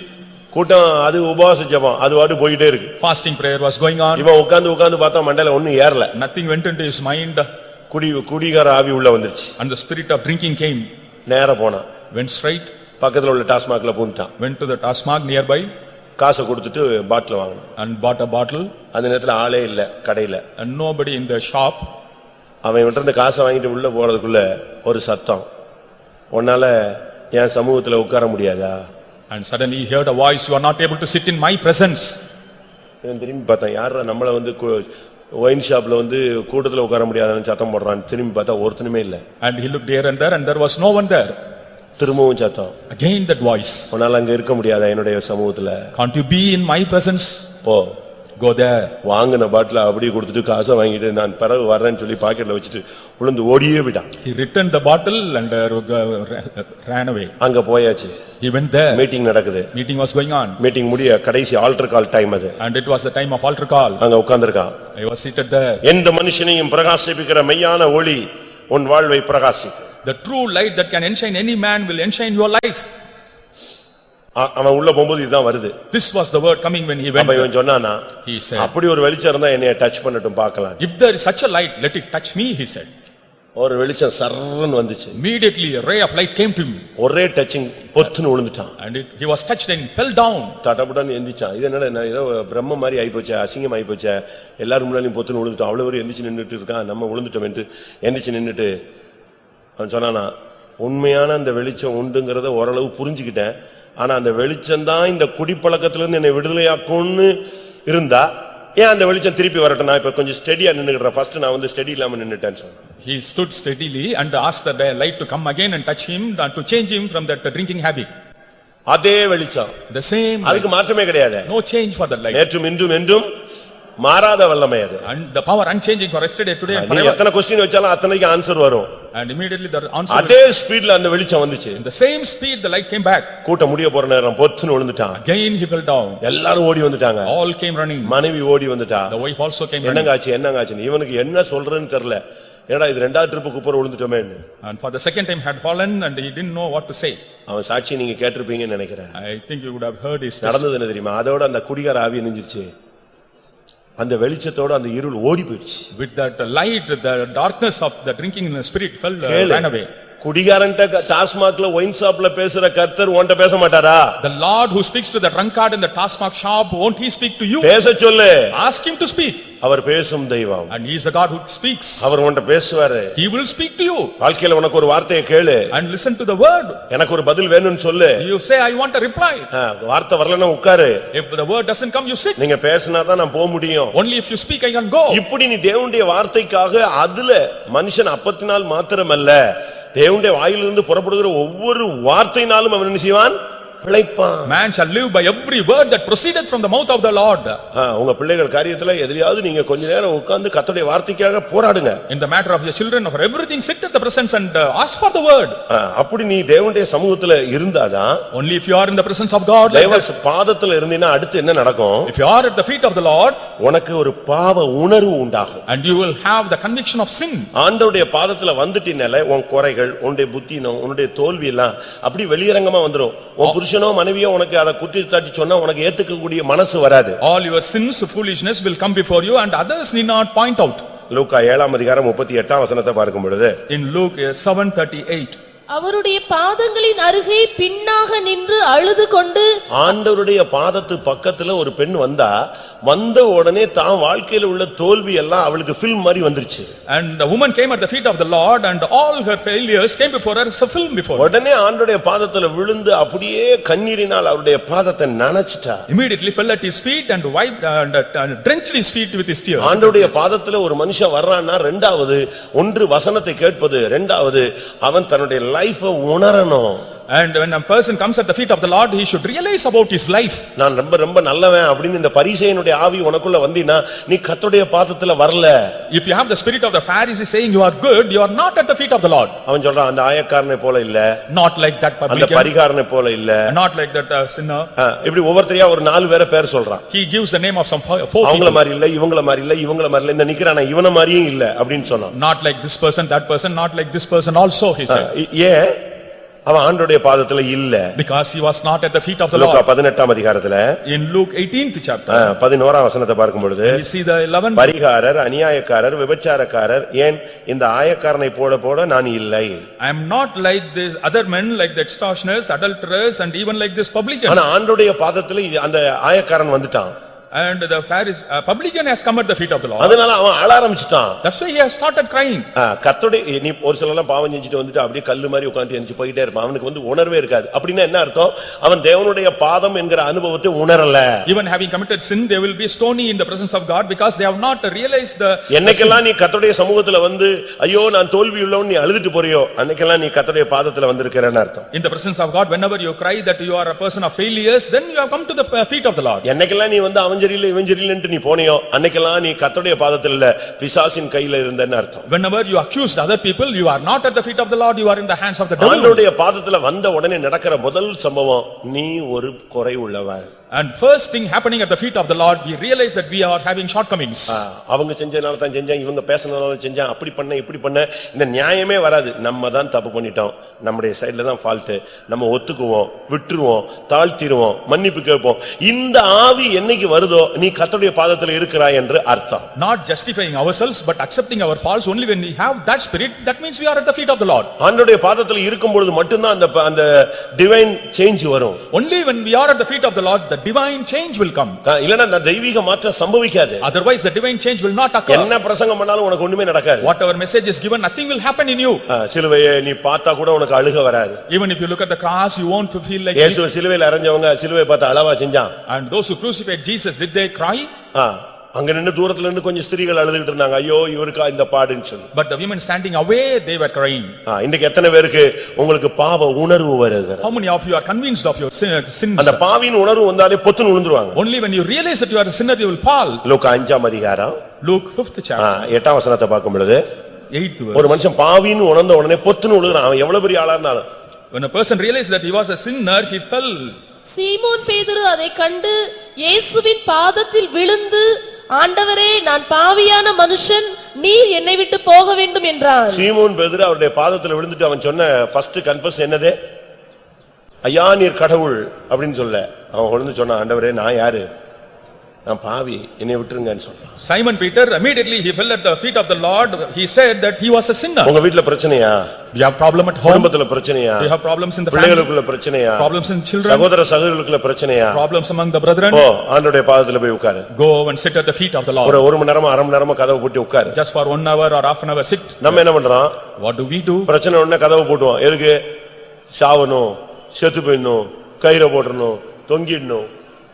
We shut இது நீ பெந்தேகோஸ்காரன் கத்துக்கிட்ட பாடம். Is it the lesson a Pentecostal believer learned? இதெல்லாம் விட்டுறணும். You have to leave these things. ஒருவேளை நீ ஆத்திரத்துல அவசரத்துல வேற சூழ்நிலையில நீ என்னத்தையோ பண்ணி தொலைஞ்சிட்டாலும் அங்க பாதத்துல போய் உட்கார்ந்து இல்ல நான் பேசியிருக்க கூடாது, நான் செஞ்சிருக்க கூடாது, நான் அவசரப்பட்டிருக்க கூடாது, நான் தான் தப்பு பண்ணிட்டேன் அப்படி நீ உணர்ந்துட்டீன்னா கர்த்தருடைய பாதத்துல உட்கார்ந்துட்டேன்னு அர்த்தம். And if you realize your follies and shortcomings, that means you are at the feet of the Lord. இன்னைக்கு எத்தனை பேருக்கு அப்படி உட்கார முடியும்? How many of us can sit like that? நம்ம தான் பாதத்திலே போறது இல்லையே. We never go to the feet of the Lord. நான் ஒண்ணும் தப்பு பண்ணல. I have not committed any mistake. வேணா அவனை போய் மன்னிப்பு கேட்க சொல்லு And let him go and ask for forgiveness. அப்படின்னு என்னைக்கு சொல்றோமோ நம்முடைய இருதயம் கல்லாயிருச்சு. When we say so, that means our heart has become hard and stone. நீங்க உடனே போய் மன்னிப்பு கேட்கணும். Immediately we have to ask for forgiveness. நான் ஒரு இடத்துல இதே மாதிரி பிரசங்கம் பண்ணபோது When I preached in a place like this, ஒரு சகோதரி வந்தாங்க. a sister came. அவங்க குடும்பத்தை விட்டு பிரிஞ்சு 13 வருஷம் ஆச்சு. And she was separated from the family since 13 years. 18 வருஷம் ஆச்சு. For 18 years she was separated. பையன் இன்ஜினியரிங் படிக்கிறான். And the son was doing engineering. இவங்க கொஞ்சம் கொஞ்சமா என் பிரசங்கத்தை கர்த்தருடைய வார்த்தைகளை கேட்டபோது When she listened to the word of the Lord, அவங்க சொல்றாங்க, she said, அன்னைக்கு பிரச்சனையா இருந்துச்சு, நானும் சண்டை போட்டேன், எங்க அண்ணனை கூப்பிட்டேன், எங்க அண்ணனும் வந்து சண்டை போட்டான், கடைசியில் என் லைஃபே ரெண்டா போயிருச்சு, என்னை அடிச்சு கிடிச்சு கொண்டு போய் விட்டுருந்தா நான் சேர்ந்து வாழ்ந்திருப்பேன். யார் சொல்றா? இது கண்ணு கெட்ட பிறகு இல்ல, செத்த பிறகு சூரிய நமஸ்காரம் பண்ண case. worshipping the son after death. யோசிச்சு பாருங்க, கர்த்தருடைய வார்த்தையில நீ போய் உட்காரணும். உடனே ஆண்டவருடைய ஒரு ப்ராப்ளம்னா நீ தேவனுடைய பாதத்துல போய் கொஞ்ச நேரம் உட்காரு. There is a problem, immediately sit at the feet of the Lord for a while. உன் குறைய பாரு And find out your mistakes. உடனே உன்னை சரிப்படுத்து. And set right yourself. உடனே தாழ்த்திரு. Immediately humble. உடனே மன்னிப்பு கேட்டுரு. Immediately ask for உடனே forgiveness. அந்த ப்ராப்ளத்தை முடிவுக்கு வச்சிரு. And put an end to that problem. நீ யோசிச்சு பாருங்க, லாஸ்ட் வீக் ஒரு பொண்ணு போன் பண்ணிச்சு.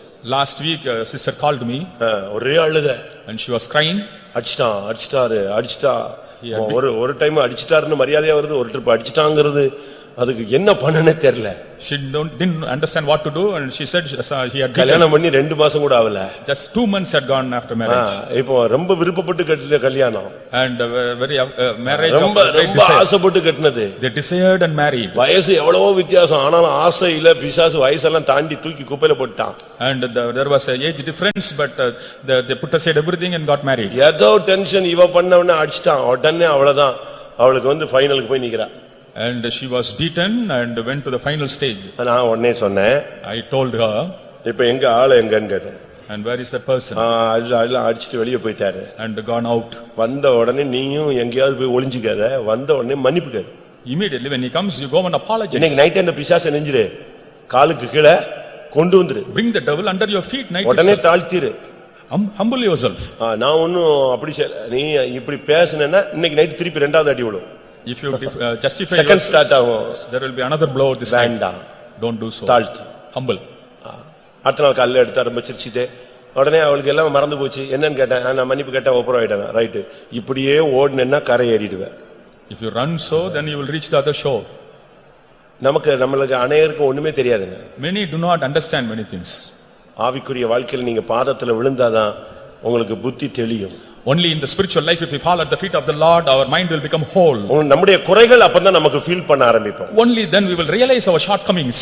நம்முடைய வாழ்க்கையில எத்தனை பேர் இப்படி இருக்கிறோம்? How many of us are like this in our life? இன்னைக்கு அநேகருடைய வாழ்க்கையில பயங்கரமான போராட்டங்கள் இருக்கு. In the life of many there are a lot of struggles. Mark 7ஆம் அதிகாரம் Mark 7th chapter 25ஆம் வசனத்தை பார்க்கும் பொழுது in the 25th verse. அசுத்த ஆவி பிடித்திருந்த ஒரு சிறு பெண்ணின் தாயாகிய ஒரு ஸ்திரீ அவரை குறித்து கேள்விப்பட்டு வந்து அவர் பாதத்தில் விழுந்தாள். அசுத்த ஆவி பிடிச்ச பிள்ளைக்காக அவங்க அம்மா போய் இயேசுவின் பாதத்துல விழுந்தாங்க. The mother of the daughter possessed by the unclean spirit went and fell at the feet of the Jesus. உன் பிள்ளைக்குள்ள இருக்கிறது அசுத்த ஆவியா இல்ல நல்ல ஆவியான்னு பாரு. You find out whether the good spirit or evil spirit is found in your child. கீழ்ப்படிய மாட்டேங்குது, doesn't obey, படிக்க மாட்டேங்குது, doesn't study, வேலைக்கு போக மாட்டேங்குது, doesn't go for job, எதிர்த்து பேசுறது, and talking back, மாம்சீகமா அலையுறது, and in a carnal way wandering. இப்படி நம்முடைய பிள்ளைகள் வந்து இப்ப ரொம்ப ரகசிய பாவங்கள்ல ரொம்ப பேர் இருக்காங்க. Our children are caught in the secret sins. ரொம்ப பாவம். அதாவது எப்படி சொல்றது, சொன்னா ஓ நம்ம தான் அப்படி இல்ல போல இருக்கு நம்மால நினைச்சுக்குவோம். And if I explain, our people will think that we are not so. இன்னைக்கு பாவம் வந்து ஒரு வித்தியாசமான விகாரமான தோற்றத்துல உள்ள நுழைஞ்சிட்டு இருக்கு. The sin in a different terrible form entering. நம்ம பையங்க பிள்ளைங்க வந்து நம்ம பெற்றோர்கள் வந்து நினைக்கிறாங்க நம்ம பிள்ளைங்க அப்படியே செயின்ட் மாதிரி இருக்காங்க. ஒண்ணும் கிடையாது. Parents think our children are saint and it's not so. வரும் ஒவ்வொரு நாளும் ஒவ்வொரு பிரச்சனை வரும்போது தான் நீங்க யோசிப்பீங்க நம்ம பிள்ளைகளுக்காக நம்ம ஜெபிக்கலன்னு. Only when problems come every day we will realize that we have not prayed. ஏன்னா பாவம் இன்னைக்கு பல விதங்கள்ல நின்னுட்டு இருக்கு. And the sin is found in different forms today. எத்தனையோ விசுவாசிகள் பிள்ளைகள் எங்கெல்லாமோ கஷ்டப்பட்டுட்டு இருக்காங்க. And the children of many believers suffer in many places. நீங்க யோசிச்சு பாருங்க, அநேக விசுவாசிகள் கூட இப்படிப்பட்ட ரகசிய பாவங்கள்ல இருக்காங்க. Even many believers are caught in secret sins today. இங்கே அசுத்தாவி Here it's unclean spirit. அந்த பிடிச்ச பிள்ளைக்காக அந்த தாய் போய் இயேசுட்ட kanjira. For the possessed daughter, the mother went and beseeched with அந்த சின்ன Jesus. வயசுலயே அந்த ஆவி அந்த பிள்ளைகளை பிடிச்சிருச்சு. And even when at the young age, the spirit had caught படிக்க விடாது, படிக்க விடாது. it will not allow them to study, ஸ்கூலுக்கு போக விடாது. will not permit them to go கீழ்ப்படிய to school, விடாது. will not allow them to obey, தேவ சமூகத்துக்கு வர விடாது. will not allow them to come to the presence, தெய்வீகத்துல முன்னேற விடாது. will not allow them to proceed, ஜெபிக்க விடாது. will not allow them to pray. இதெல்லாம் யார் செய்யறதுன்னு நினைக்கிறீங்க? Who is doing so? எல்லாமே ஒவ்வொரு ஸ்பிரிட் தான். Everything is a spirit. அதனால தான் ஒரு தகப்பன்ட்ட இயேசு கேக்குறாரு மார்க் 9ஆம் அதிகாரத்துல, இது எவ்வளவு நாள் ஆச்சு இந்த பிசாசு பிடிச்சு? அவன் சொல்றான், அது சின்ன வயசுல இருந்தே அவங்களதான் இருக்கு அப்படிங்கிறான். When Jesus asked the father how long it has been there, he said that since his childhood. சின்ன வயசுல இருந்தே உள்ள வச்சுக்கிட்டு நீ அழகா ஸ்கூலுக்கு நல்லா படிக்க ஃபீஸ் கட்டி படிக்க வச்சுக்கிட்டே இருக்க. And it has possessed us since the childhood, and you pay the fees and allow him to study. சின்ன வயசுல இருந்தே ஆவி உள்ள என்ன செய்யுது? ஸ்ட்ராங்கா இருக்கு. But since the childhood, the spirit is dwelling strongly. இன்னைக்கு अनेகருடைய குடும்பங்கள்ல இப்படிப்பட்ட போராட்டங்கள் இருக்கு. In many families, such struggles go on. அந்த தாய் போய் இயேசுவின் பாதத்துல விழுந்தா. That mother went and fell at the feet of Jesus. ஆண்டவரே, எப்படியாய் நீ என் பிள்ளையை விடுதலை ஆக்கிருங்க சுவாமி. Oh Lord, deliver my daughter somehow. இன்னைக்கு உங்க பிள்ளைகளுக்குள்ள இந்த ஆவிகள் இருக்கா? Do the spirits found in your children? எத்தனை வாலிப பையங்க பிள்ளைகளுக்குள்ள இந்த ஆவி இருக்கு? Or the spirits found in my children? சின்ன வயசுலயே இன்னைக்கு अनेகருக்குள்ள இந்த ஆவிகள் புகுந்து சின்ன வயசுல இருந்தே அவன் லைஃப் ஒண்ணுமில்லாம ஆக்கிட்டே வருது. And since the childhood, the spirits possess them and spoil them. இன்னைக்கு अनेகர் இப்படிப்பட்ட பாவத்துல இருக்காங்க. And many are found in such sins today. எத்தனையோ விசுவாசிகள் பிள்ளைகள் பயங்கர ரகசிய பாவத்துல இருக்காங்க. The children of many believers are found in secret sins today. இவங்களை நம்பி படிக்க வைக்க முடியல. Not able to give them இவங்களை நம்பி education. வெளிய அனுப்ப முடியல. Not able to send them out. இவங்களை நம்பி வெளிநாட்டுக்கு அனுப்ப முடியல. Not able to send them abroad. இவங்களை நம்பி வேற ஹாஸ்டல்ல கொண்டு விட முடியல. Not able to admit them in the hostel. அதனால பெற்றோர்கள் பயப்படுறாங்க. So the parents are afraid. ஒரு அம்மா சொன்னாங்க, A mother told, மெட்ராஸ் தான் போயிட்டு வந்தா அதுக்குள்ள ஹேர் ஸ்டைல் மாத்திட்டாங்க. மெட்ராஸ் தான் போயிட்டு வந்தாளா? just she went to Madras and came back. அதுக்குள்ள இவ ஹேர் ஸ்டைல ஒரே நாள்ல மாத்திட்டா. இவளை நம்பி நான் மெட்ராஸ்க்கு அனுப்புனேன்னா திருப்பி என்னென்ன ஸ்டைல்லாம் மாத்திடுவாளோ தெரியல. In a day changed her hairstyle. I do not know what she is going to do. ஒரே நாள், In single day. அது முடியெல்லாம் இந்த கம்பி மாதிரி நிக்குது. அவங்க சொல்றாங்க, அழகான ஹர்லிங் ஹேர் இப்படி ஒரே நாள்ல மெண்டல் மாதிரி மாத்திட்டு வந்திருக்கா. இப்படி கோடு கோடா நிக்குது. இதோட நம்பி நான் மெட்ராஸ் அனுப்புனா என்ன ஆகும்? இப்ப முடிய மாத்திட்டா, அடுத்து மூளைய மாத்திட்டானா? Now she has changed the hair, and if she changes the brain ஒரே நாள், in a single day. அவங்க சொல்றாங்க, நீங்க இவ்வளவு சின்ன பிள்ளைல இவ்வளவு பார்த்தவங்க எல்லாம் கேளுங்க, இல்ல போன மாசம் இவ்வளவு பார்த்தவளை கேளுங்க. அழகான பிறப்புல இவளுக்கு நல்ல ஹர்லிங் ஹேர், நல்ல சுருண்டு சுருண்டு இருந்துச்சு. இது எங்க போச்சோ அந்த ஃப்ரெண்ட்ஸ் எல்லாம் சேர்ந்து இணைஞ்சிருச்சே, ஒரே நாள்ல இப்படி மாத்திட்டு வந்து நிக்குது. இதை நம்பி நான் அனுப்பவே மாட்டேன். Trusting this girl, I won't send her there. உண்மைதானே? Is it not true? அதுக்காக வெளியே அனுப்பக்கூடாது அப்படிலாம் நான் சொல்லல. அனுப்பலாம், படிக்கலாம். கர்த்தருக்கு சித்தமானவன் பிரியமானவன் பாபிலோனிலும் தேவ சித்தம் செய்வான். He that is pleasing to the Lord will do the will of the Lord even in Babylon. தானியேலை கொண்டு போய் பாபிலோன்ல விட்டாலும் அவன் பிரதிஷ்டையில நிப்பான். Daniel left in Babylon will stand in his consecration. ஒரு பிள்ளை என்னைய படிக்க வைக்கணும், என்னைய படிக்க வைக்கணும், என்ன படிக்க வைக்கணும்னு கேட்டுக்கிட்டே இருந்தா. A child was very stubborn to be educated. அவங்க +2லயே படிப்பு நிப்பாட்டிட்டாங்க. And at +2 they stopped the education. வெளியே சொல்ல முடியாது. Not able to speak out. அவளுக்கு ட்ராக் சரியில்லை. அவளுடைய ட்ராக் சரியில்லை. Her track was not right. அதனால +2ஓட வீட்ல போட்டாங்க. And stopped education. அழகான பிள்ளை, A beautiful girl. அறிவான பிள்ளை, intelligent. ஆஸ்தி உள்ள பிள்ளை, Having நல்ல வசதி, comforts. ஆனா கூட்டத்துக்கு வருவா. She will come for the meeting. அப்படி என்ன அப்படி தலைய குனிஞ்சான்னா 1.5 மணி நேரம் எப்படி தான் அப்படி உட்கார முடியும்னு எனக்கு தெரியாது. And just even for 1.5 hours she will be bending down her head. அப்படியே குனிஞ்சு சாவல, உயிரோட தான் இருக்கா, தூங்கல. Not sleeping. அப்படியே உட்கார்ந்து கவுந்தான்னா அப்படியே 1.5 மணி நேரம் நான் கூட்ட முடியற வரைக்கும் உட்கார்ந்திருப்பா. If she bends her head down for till the end of the meeting, she will be seated so. கடைசில அவ அழுதா அப்படி இப்படின்னு சொல்லி கடைசில காலேஜ்லயும் சேர்த்து விட்டாங்க. சரி, ஒரு சான்ஸ், 2 வருஷம் படிக்காம வச்சாச்சு, போயிட்டு வந்து. And admitted her in the college. They gave one chance to her. அங்க போன உடனே திருப்பியும் வேதாளம் முருங்கை மரத்தில் ஏறி விட்டது. Again the ghost went up the tree. எப்படி இருக்கும்? ஹாஸ்டல்ல இருந்து சீட்டு கொடுத்து வீட்டுக்கு அனுப்பிட்டான். நீ உன் பிள்ளை படிச்சாலும் சரி வீட்டுக்கு போனாலும் சரின்னு அனுப்பிட்டான். And they sent her back home from the hostel. எப்படி இருக்கும்? How it will be? கடைசில என்கிட்ட வந்துச்சு பிரச்சனை. Finally the problem came to me. நான் ஒரு 10 நிமிஷம் அவட்ட பேசினேன். Just I spoke for 10 minutes to her. முதல்ல அவர் ரூட்லயே போனேன். I went in her own route. நீ போய்டு, இப்படியே போய்டு கடைசி வரைக்கும் சொல்லி. I told her, you go like this till the end. திருப்பி கொஞ்ச நேரம் கழிச்சு அழுதா. And afterwards she wept. திருப்பி நான் அவளை எக்ஸ்ட்ரீமா இந்த side இழுத்தேன். And then I brought her to this extreme. முதல்ல அவ ரூட்ல மொத்தமா கயிறு அவுத்து விட்டு மொத்தமா போய் இன்னைக்கு நைட்டா நீ ஓடி போயிருன்னு சொல்லிட்டேன். I gave a long rope and told her to run away in her route. அதுக்கு பிறகு சொன்னா ஓடி போனா இன்னெல்லாம் நடக்கும்னு சொன்னேன். Then I told if she would run away what would happen. அப்பதான் கண்ணு தெரிஞ்சது. Then her eyes opened. உடனே அழுதா. Started weeping. திருப்பி ஃபுல்லா லெஃப்ட்ல சுத்தமா என் சைடுல இழுத்தேன். And brought her to my side fully. அன்னையோட சரியாயிட்டா. Then she became all right. இன்னைக்கு படிச்சிட்டா, இன்ஜினியர் ஆயிட்டா, கல்யாணம் ஆயிட்டா, பிள்ளை பெத்துட்டா, எல்லாம் முடிஞ்சு போச்சு. Today நல்லா செட்டில் ஆயிடுச்சு. now settled well. ஆவி இது ஒரு ஆவி அது. This is a kind of a spirit. கரெக்டா இல்லன்னா ரொம்ப கஷ்டம். If it's not right it will be difficult. அதனால தான் உங்க பிள்ளைகளுக்காக பெற்றோர்கள் ஆண்டவருடைய பாதத்துல விழுங்கள். So the parents fall at the feet of the Lord for your children. ஆண்டவருடைய பாதத்துல விழுந்தினா அசுத்தாவில இருந்து உன் பிள்ளை விடுதலை ஆயிடும். If you fall at the feet of the Lord your child will be delivered from the unclean நீ spirit. சரியா ஜெபிச்சேனா உன் பிள்ளை கர்த்தருடைய பாதத்துல வந்து உட்காருவான். If you pray well your child will come and sit at the feet of the Lord. Luca 8:35. Luke 8:35. லூக்கா 8:35.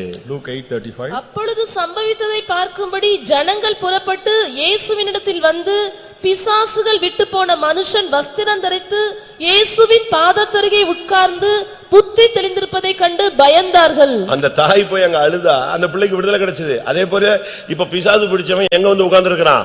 புத்தி தெளிஞ்சு இயேசுவின் பாதத்துல வந்து அழகா உட்கார்ந்திருக்கான். வஸ்திரம் எல்லாம் போட்டு அழகா பைபிள் எடுத்து வொர்ஷிப் பண்றான். And here the possessed man is seated at the feet of Jesus and he has become all right. எத்தனை பேர் இப்படி உங்க பிள்ளைகளுக்காக இயேசுவின் பாதத்துல விழ போறீங்க? How many of you are going to fall at the feet of the நீ உன் பிள்ளைக்காக இயேசுவின் பாதத்துல விழுந்தா உன் பிள்ளை இயேசுவின் பாதத்துல வந்து உட்காருவான். If you fall at the feet of Jesus for the sake of your child will come and sit. நீங்க அந்த பிள்ளைகளுக்காக ஃபீஸ் கட்டுறீங்க, லட்சக்கணக்கில் ஃபீஸ் கட்டுறீங்க, அழகான Dress வாங்கி தரீங்க, அருமையான வண்டி வாங்கி தரீங்க, என்னெல்லாமோ செஞ்சு கொடுக்குறீங்க. அந்த பிள்ளைகளுக்காக கொஞ்ச நேரம் இயேசுவின் பாதத்துல உன்னால உட்கார முடியுதா? You do many things for your child but are you able to sit at the feet of Jesus for a while for the sake of the child? Luca 8:41. Luke 8:41. மரண அவஸ்தை. And the pain of death. அப்பொழுது ஜெபாலய தலைவனாகிய யவீரு என்னும் பேருள்ள ஒருவன் வந்து இயேசுவின் பாதத்தில் விழுந்து 12 வயதுள்ள தன்னுடைய ஒரே குமாரத்தை மரண அவஸ்தையா இருக்கிறபடியால் அந்த ஜெயரஸ் அதாவது யவீரு கர்த்தர் என் வெளிச்சம் என்ற அர்த்தமுடைய அந்த பேருள்ள அந்த ஜெப ஆலய தலைவன் ஆண்டவருடைய பாதத்துல போய் 12 வயசு பிள்ளைக்காக விழுந்தான். The ruler of the synagogue with the name Jairus meaning and he fell at the feet of Jesus for the sake of his daughter. தன் பிள்ளைக்காக அந்த தகப்பன் போய் அவன் பெரிய ஆள் தான். ஆனா பிரேயர் வாரியர், பிரேயர் லீடர், அவன் சினகாகுடைய தலைவரே அவன் தான். ஆனா இயேசுவின் பாதத்துல விழுந்து கதறினான். He is the ruler of the synagogue and the prayer warrior. He fell at the feet of Jesus and wept. ஒன்று நீ கர்த்தருடைய பாதத்தில் உட்கார்ந்தால் விழுந்தால் எல்லா வல்லமையும் உன் காலுக்குள்ள வந்து விழும். If you sit or fall at the feet of the Lord all the powers will come and fall at your feet. நீ ஆண்டவருடைய பாதத்துல விழுந்தால் if you fall at the feet of the Lord வசனத்தை கேட்டா உன் வாழ்க்கை மாறும். if you listen to the word your life will change. அடுத்ததாக next நீ ஆண்டவருடைய பாதத்துல விழுந்தா உன் வாழ்க்கையில நீ உணர்வடையப்படுவாய். if you fall at the feet of the Lord you will realize in your life. நீ கர்த்தருடைய பாதத்துல விழுந்தால் if you fall at the feet of the Lord அசுத்தாவி பிடிச்ச உன்னுடைய சந்ததி சரியாகும். your generation possessed of unclean spirit will become right. மரண அவஸ்தையில இருக்கிற உன் பிள்ளை விடுவிக்கப்படும். your child in the deathbed will be delivered. மத்தேயு 15:30 பார்க்கும் பொழுது in Matthew 15:30 மத்தேயு 15:30 Matthew அப்பொழுது சப்பாணிகள், குருடர், ஊமையர், ஊனர் முதலிய அநேகரை திரளான ஜனங்கள் கூட்டிக் கொண்டு இயேசுவினிடத்தில் வந்து அவர்களை அவர் பாதத்தில் வைத்தார்கள். அவர்களை அவர் சொஸ்தப்படுத்தினார். அவர்களை அவர் பாதத்தில் வைத்தார்கள். they kept them at his feet.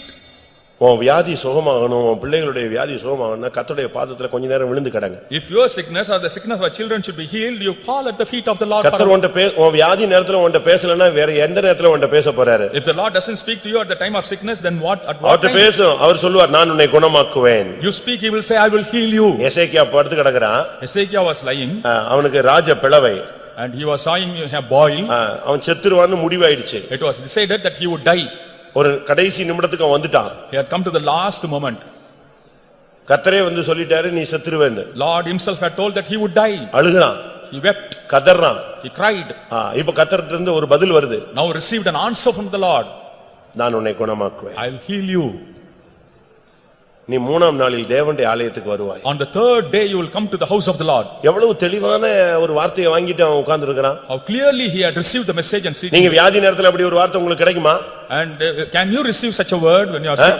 வெள்ளிக்கிழமை சுகம் இல்ல, உனக்கு நீ இந்த வாரம் ஞாயிற்றுக்கிழமை என்னை மகிமைப்படுத்துவாய் அப்படின்னா என்ன இருக்கும்? அதானே சாட்சி. Friday you fall ill and the word comes that you will be healed on Sunday. That is testimony.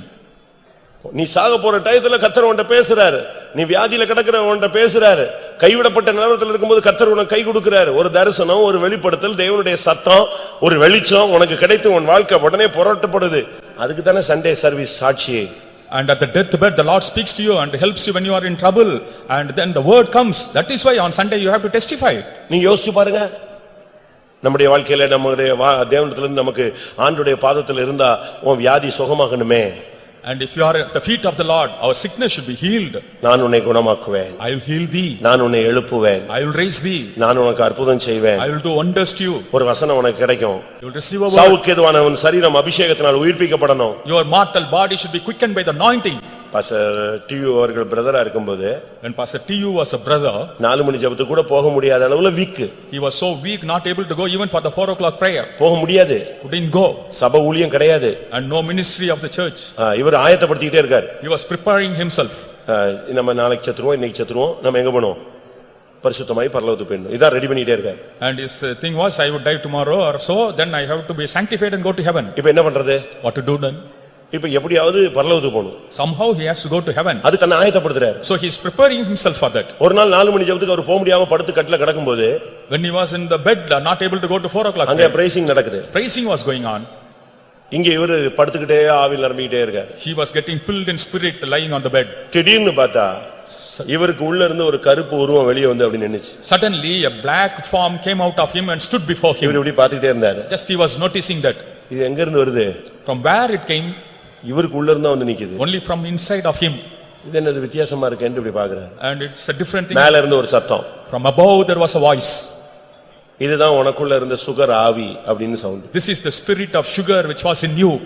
எனக்குள்ள இருந்த சுகர் ஆவியா? சுகர் ஆவி வந்து சுகர் வந்து நான் பரலோகத்துக்கு போகணும்னு நினைச்சிட்டு இருக்கேன். இது ஸ்பிரிட்டா? உடனே ஆவியில் நிறைஞ்சு குதிச்சிட்டாரு அபிஷேகத்துல. Immediately he leaped in anointing. And நம்புறீங்களா?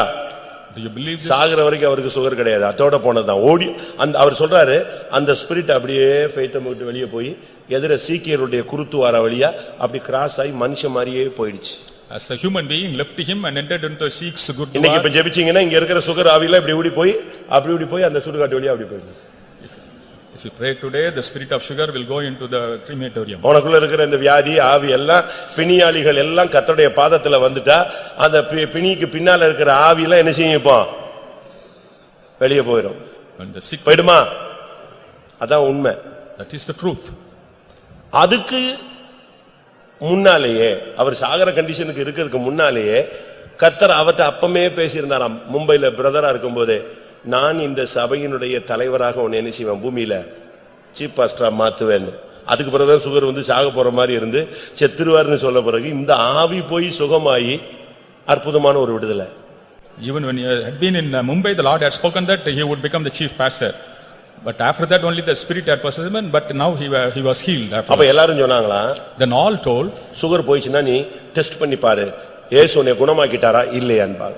you test whether the sugar had gone, and Jesus இவர் said, சொன்னாராம், ஏப்பா கர்த்தர் சுகத்தை கொடுத்ததே பெரிய அதிசயம், இதுல வேற நான் அவரை பரீட்சை பார்க்க சொல்றேன், வேலையை பாருங்க. God had நம்ம ஆளுங்க அப்படி இல்ல, டெய்லி வச்சிருக்கோம். வச்சிருக்கீங்களா சுகர் டெஸ்ட்? சொல்லுங்க. every day they will test their sugar level. 400 தாண்டி விட்டதுன்னா அன்னைக்கு முழுசும் இவன் பேய் அறிஞ்ச மாதிரியே இருக்கான். சோத்திரம் சோத்திரம் சோத்திரம் சோத்திரம் சோத்திரம். உடனே இன்னைக்கு என்னெல்லாம் பண்ணலாம், சாப்பிடாம இருக்கலாமா? சாப்பிடாம இருக்க முடியாது, ஏறிடும். உடனே சப்பாத்திக்கு போ, எங்கெங்க போகணுமோ அங்கெல்லாம் போயிட்டு வந்து. If it crosses 400, they won't even eat and they will be worried. அப்ப இவர்ட்ட எல்லாரும் சொன்னாங்க, நீ செக் பண்ணு. You check your sugar level. அப்ப அவரு சொன்னாரு, நான் செக் பண்ண மாட்டேன். He said, I won't. ஒரு within a month Within a month, சென்னையில இருந்து ஒரு phone, phone call from Chennai. Transfer to அமெரிக்காவோ ஏதோ ஒரு நாடு, வெளிநாட்டுக்கு நீ உன்னை அனுப்புறோம், நீ எல்லாம் ரெடி பண்ணு, மெடிக்கல் செக்அப் பண்ணு. And you are transferred to America and you இப்ப மெடிக்கல் செக்அப் பண்ணாதான் அங்க போக முடியும். and he has undergo medical checkup. Medical checkup பண்ணா சுகரே இல்ல. In medical checkup no sugar. அதுதான் போயிருச்ச குருத்துவார வழியா, திருப்பி எப்படி வரும்? The spirit had gone through Gurudwara. குமாரன் விடுதலையாக்கினால் மெய்யான விடுதலை. If the son delivers, the true இன்னைக்கு கர்த்தருடைய பாதத்துல உட்கார்ந்தினா அசுத்தாவி போகும். இன்னைக்கு நீ கர்த்தருடைய பாதத்துல விழுந்தினா உனக்கு வியாதி சுகமாகும். இன்னைக்கு கர்த்தருடைய பாதத்துல விழுந்தினா உன் குறைகள் எல்லாம் வெளிப்படும். இன்னைக்கு கர்த்தருடைய பாதத்துல விழுந்தினா உனக்குரிய வார்த்தை வரும். If you sit at the feet of the Lord, all your sickness will be healed and you will have the word of God. கர்த்தருடைய பாதத்துல விழுந்தாதான் உனக்கு நன்றி உணர்வு வரும். Only if you fall at the feet of the Lord, there will be a sense of gratitude in you. யோவான் 12ஆம் அதிகாரம் John 12th chapter, 3ஆம் வசனம். 3rd verse. தன்னுடைய சகோதரனை எழுப்பினதற்காக மரியாள் நன்றி உணர்வோடு இயேசுவின் பாதத்துல வந்து அந்த நலதம் என்கிறதான அந்த தைலத்தை உடைத்து ஊற்றி விட்டாள். அப்பொழுது மரியாள் வெளியேற பெற்ற களங்கம் இல்லாத நலதம் என்னும் தைலத்தில் ஒரு ராத்தல் கொண்டு வந்து அதை இயேசுவின் பாதங்களில் பூசி தன் தலைமயிரால் அவருடைய பாதங்களை துடைத்தாள். எப்படி இருக்கும்? அந்த வீடு முழுவதும் பரிமள தைலம் நிரம்பிருச்சு. நீங்க யோசிச்சு பாருங்க, செத்து போன தன்னுடைய சகோதரனை எழுப்புனதுக்கு அவ யார் பாதத்துல வந்து விழுந்தா? நம்ம ஆளுங்க காரியம் ஆகிற வரைக்கும் காலில் விழுவாங்க, கழுத காலில் கூட விழுவான். Our people, even for the things to be granted, even they will fall at the feet of தமிழ்ல us. சொல்லுவாங்க, தமிழ்ல ஒரு பழமொழி சொல்லுவாங்க, காரியம் ஆகணும்னா யார் காலில் விழுவான்? கழுதையினுடைய காலில் கூட விழுந்து ஐயோ நீதான் நித்திய கல்யாணிம்மா. To get the things done, even they will fall at the feet of the ass. ஆனா But காரியம் ஆயிருச்சுன்னா ஃபெய்த்தம் பக்கம் கூட வர மாட்டான். when the matter is done, they won't come this side of the faith home at all. இன்னைக்கு நன்றி உணர்வு ஜனங்களுக்கு ரொம்ப குறைவு. Sense of gratitude is very low. ஒருத்தர் பரலோகத்துக்கு போனாராம். A person went to the heaven. அங்க ஃபர்ஸ்ட் செக்ஷன் பயங்கர பிஸியா இருக்கு. The first section was very busy there. என்ன பிஸி? How busy? இங்க இருந்து ஜெப விண்ணப்பம் விழுந்துகிட்டே இருக்கு. எனக்கு அத கார் வாங்கி தந்துருங்க, வீடு வாங்கி தந்துருங்க, எனக்கு ரோடு வாங்கி தந்துருங்க. அது பாட்டுக்கு விழுந்துகிட்டே இருக்கு. பயங்கர பிஸியா இருக்கு. தேவதூதர்கள் வாங்குறாங்க, அதுக்கு பதில் போய்கிட்டே இருக்கு. Prayer petitions were going and the angels were receiving, sending replies. இப்படி ஒவ்வொரு செக்ஷனா போனாங்க. They went visited many sections like ஒரு that. செக்ஷனுக்கு போனா In one section, அங்க ஒரு தூதன் மட்டும் பேசாம உட்கார்ந்து quietly an angel was sitting. எப்பமோ வந்து ஒன்னு விழும். Very rarely something comes. அவ்வளவுதான். That's all. இத போன ஆளுக்கு ஒண்ணும் புரியல. ஐயா அங்க கோடிக்கணக்கான பேர் பிஸியா பரபரப்பா இங்கிட்டு இருந்தாங்க, இங்க ஒரு ஆள் உட்கார்ந்துருக்காரு, ஒண்ணுமே இல்ல. எப்பமோ ஒண்ணு வந்து பொத்து பொத்துன்னு விழுது. இதுதான் நன்றி செலுத்தும் பெட்டி. பூலோகத்துல எல்லாத்தையும் வாங்கிக்கிட்டவன், அதுல எவனோ ஒருத்தன், அந்த 10 குஷ்டரோகியில ஒருத்தன் நன்றி செலுத்த வந்த மாதிரி ஒரு ஆளு எது செலுத்துறான்? Thank God. அவ்வளவுதான், அதுவும் முடிஞ்சு போச்சு. That was a thanks receiving section and very rarely at least one person sends the thanks there. அவ்வளவுதான். That's all. நன்றி செலுத்துறது இன்னைக்கு பெந்தேகோஸ்தே வாழ்க்கையில குறைஞ்சிருக்கு. And offering gratitude is reduced. அதனால தான் நம்ம மறுபடியும் எதையும் பெற்றுக்கொள்ள முடியாமல் தவிக்கிறோம். That's why we are not able to receive more from the Lord. நீங்கள் ஸ்தோத்திரிக்க கடனாளிகளாக இருக்கிறீர்கள். And we are debtors to praise God. நீ அந்த ஸ்தோத்திரம் என்கிற கடனை செலுத்த. இப்ப ஒரு பேங்க்ல நீங்க வாங்கின கடனை அடைச்சாதான் உங்களை நம்பி என்ன செய்வான்? அடுத்த பேங்க் அடுத்த கடனை கொடுப்பான். Only if you repay the debts, they will give you more loans. நீ அதை அடைக்காம இன்னொரு பேங்க்ல போனீனா கம்ப்யூட்டர்ஸ்ல வச்சிருக்கான், நீ அங்க வாங்கின கடனையே அடைக்காதவன் இங்கேயே வந்த வெளியே போன்னு சொல்லுவான். And if you don't repay the loan from one bank and if you go to another bank, they will see in the computer and send you back. அப்ப அதுபோல நீ கர்த்தருக்கு நீ பெற்றுக்கொண்டதுக்கு நீ நன்றி செலுத்திட்டியா? For what you have received, have you given thanks to God? மரியாள் தன்னுடைய சகோதரன் இழந்து போய் அனாதையா நின்ற பொழுது இயேசு வந்து எழுப்பினார்னு உடனே அப்படியே இயேசுவின் பாதத்துல வந்து அந்த ஒரு ராத்தல் தைலத்தை அப்படியே ஊத்தியட்டா, உடைச்சு ஊத்தியாச்சு. When Mary came to know that Jesus had quickened back Lazarus to life, immediately she came and poured the ointment at his feet. அது ₹1 இல்ல, ₹1 இல்ல. Not for 1 or 2 rupees worth. ஒரு துட்டுக்கு சமானமான 2 காசு கிடையாது. Not of worth of 2. அவ செலவழிச்சது எவ்வளவு? யோசேப்பின் rate என்ன? 20 வெள்ளிக்காசு. இயேசுவின் ரேட் என்ன? 30 வெள்ளிக்காசு. இவ உடைச்சு ஊத்துனது காசு என்ன? 300 வெள்ளிக்காசு. And 300 silver. அப்படியே தூக்கி அடிச்சு உடைச்சு ஊத்திட்டா. அதுக்குள்ள நம்மால் வந்துட்டான். யாரு? யூதாஸ் வந்துட்டான். ஐயோ வேஸ்ட் பண்ணிட்டீங்களே சிஸ்டர், இப்படி உடைச்சு ஊத்திட்டீங்க. இது வித்து இருந்தா ஒரு 300 ஆர்ஃபனேஜ் நடத்தி இருக்கலாமே, ஏழைகளுக்கு கொடுத்திருக்கலாமே, இது ஏன் இங்க போய் கொடுத்தீங்க? எப்படி? Why did you waste it here? Why did you waste it here? And we could have helped 300 people with that money, he would have told. ஒரு சகோதரர் சென்னையில ஒரு பிளாட் வச்சிருந்தார். A brother in Chennai plot had a plot. அவருக்கு ஒரு ஆவியானவருடைய ஒரு தூண்டுதல் வந்தபோது இதை வித்து ஊழியத்துக்கு கொடுக்கணும் அப்படின்னு ஒரு முடிவு எடுத்துட்டார். And when the message came from the Lord, he decided to sell it out and give it to the ministry. இடையில அவருக்கு சில புதிய நவீன போதகங்கள் கொடுக்கப்பட்டது. And some modern advices were given to him. அது ஃபெய்த்தமுக்கு தான் கொடுக்கணும்னு ஒண்ணும் கட்டாயம் கிடையாது. And it need not be given to the faith home alone. நீங்க அதை வித்து ஒரு ஆர்ஃபனேஜ் கூட கட்டினா கூட ஏழைக்கு இறங்குகிறவன் என்ன செய்றான்? கர்த்தருக்கு கடன் கொடுக்கறான், உனக்கு அப்படியே வட்டி மொத்தமா கொடுத்துருவாருன்னு சொல்லி டைவர்ட் பண்ணிட்டாங்க. They diverted him saying that he can also build an orphanage so that he can help the poor. அவரும் டபால்னு 50 லட்சம் ரூபாய்க்கு வித்து ஆர்ஃபனேஜ் ஸ்டார்ட் பண்ணிட்டாரு. And he sold it out and also started an orphanage. கொஞ்ச நாள் கழிச்சு After a while, என்னுடைய பிரசங்கம் இன்னொரு பெந்தெகோஸ்தே பேர்லி ரெண்டும் அவரை சந்தித்தது. my message and the Pentecostal parole met him. நீ பொருத்தனை பண்ணினால் உன் வாயை திறந்து சொன்னதை என்ன செய்யணும்?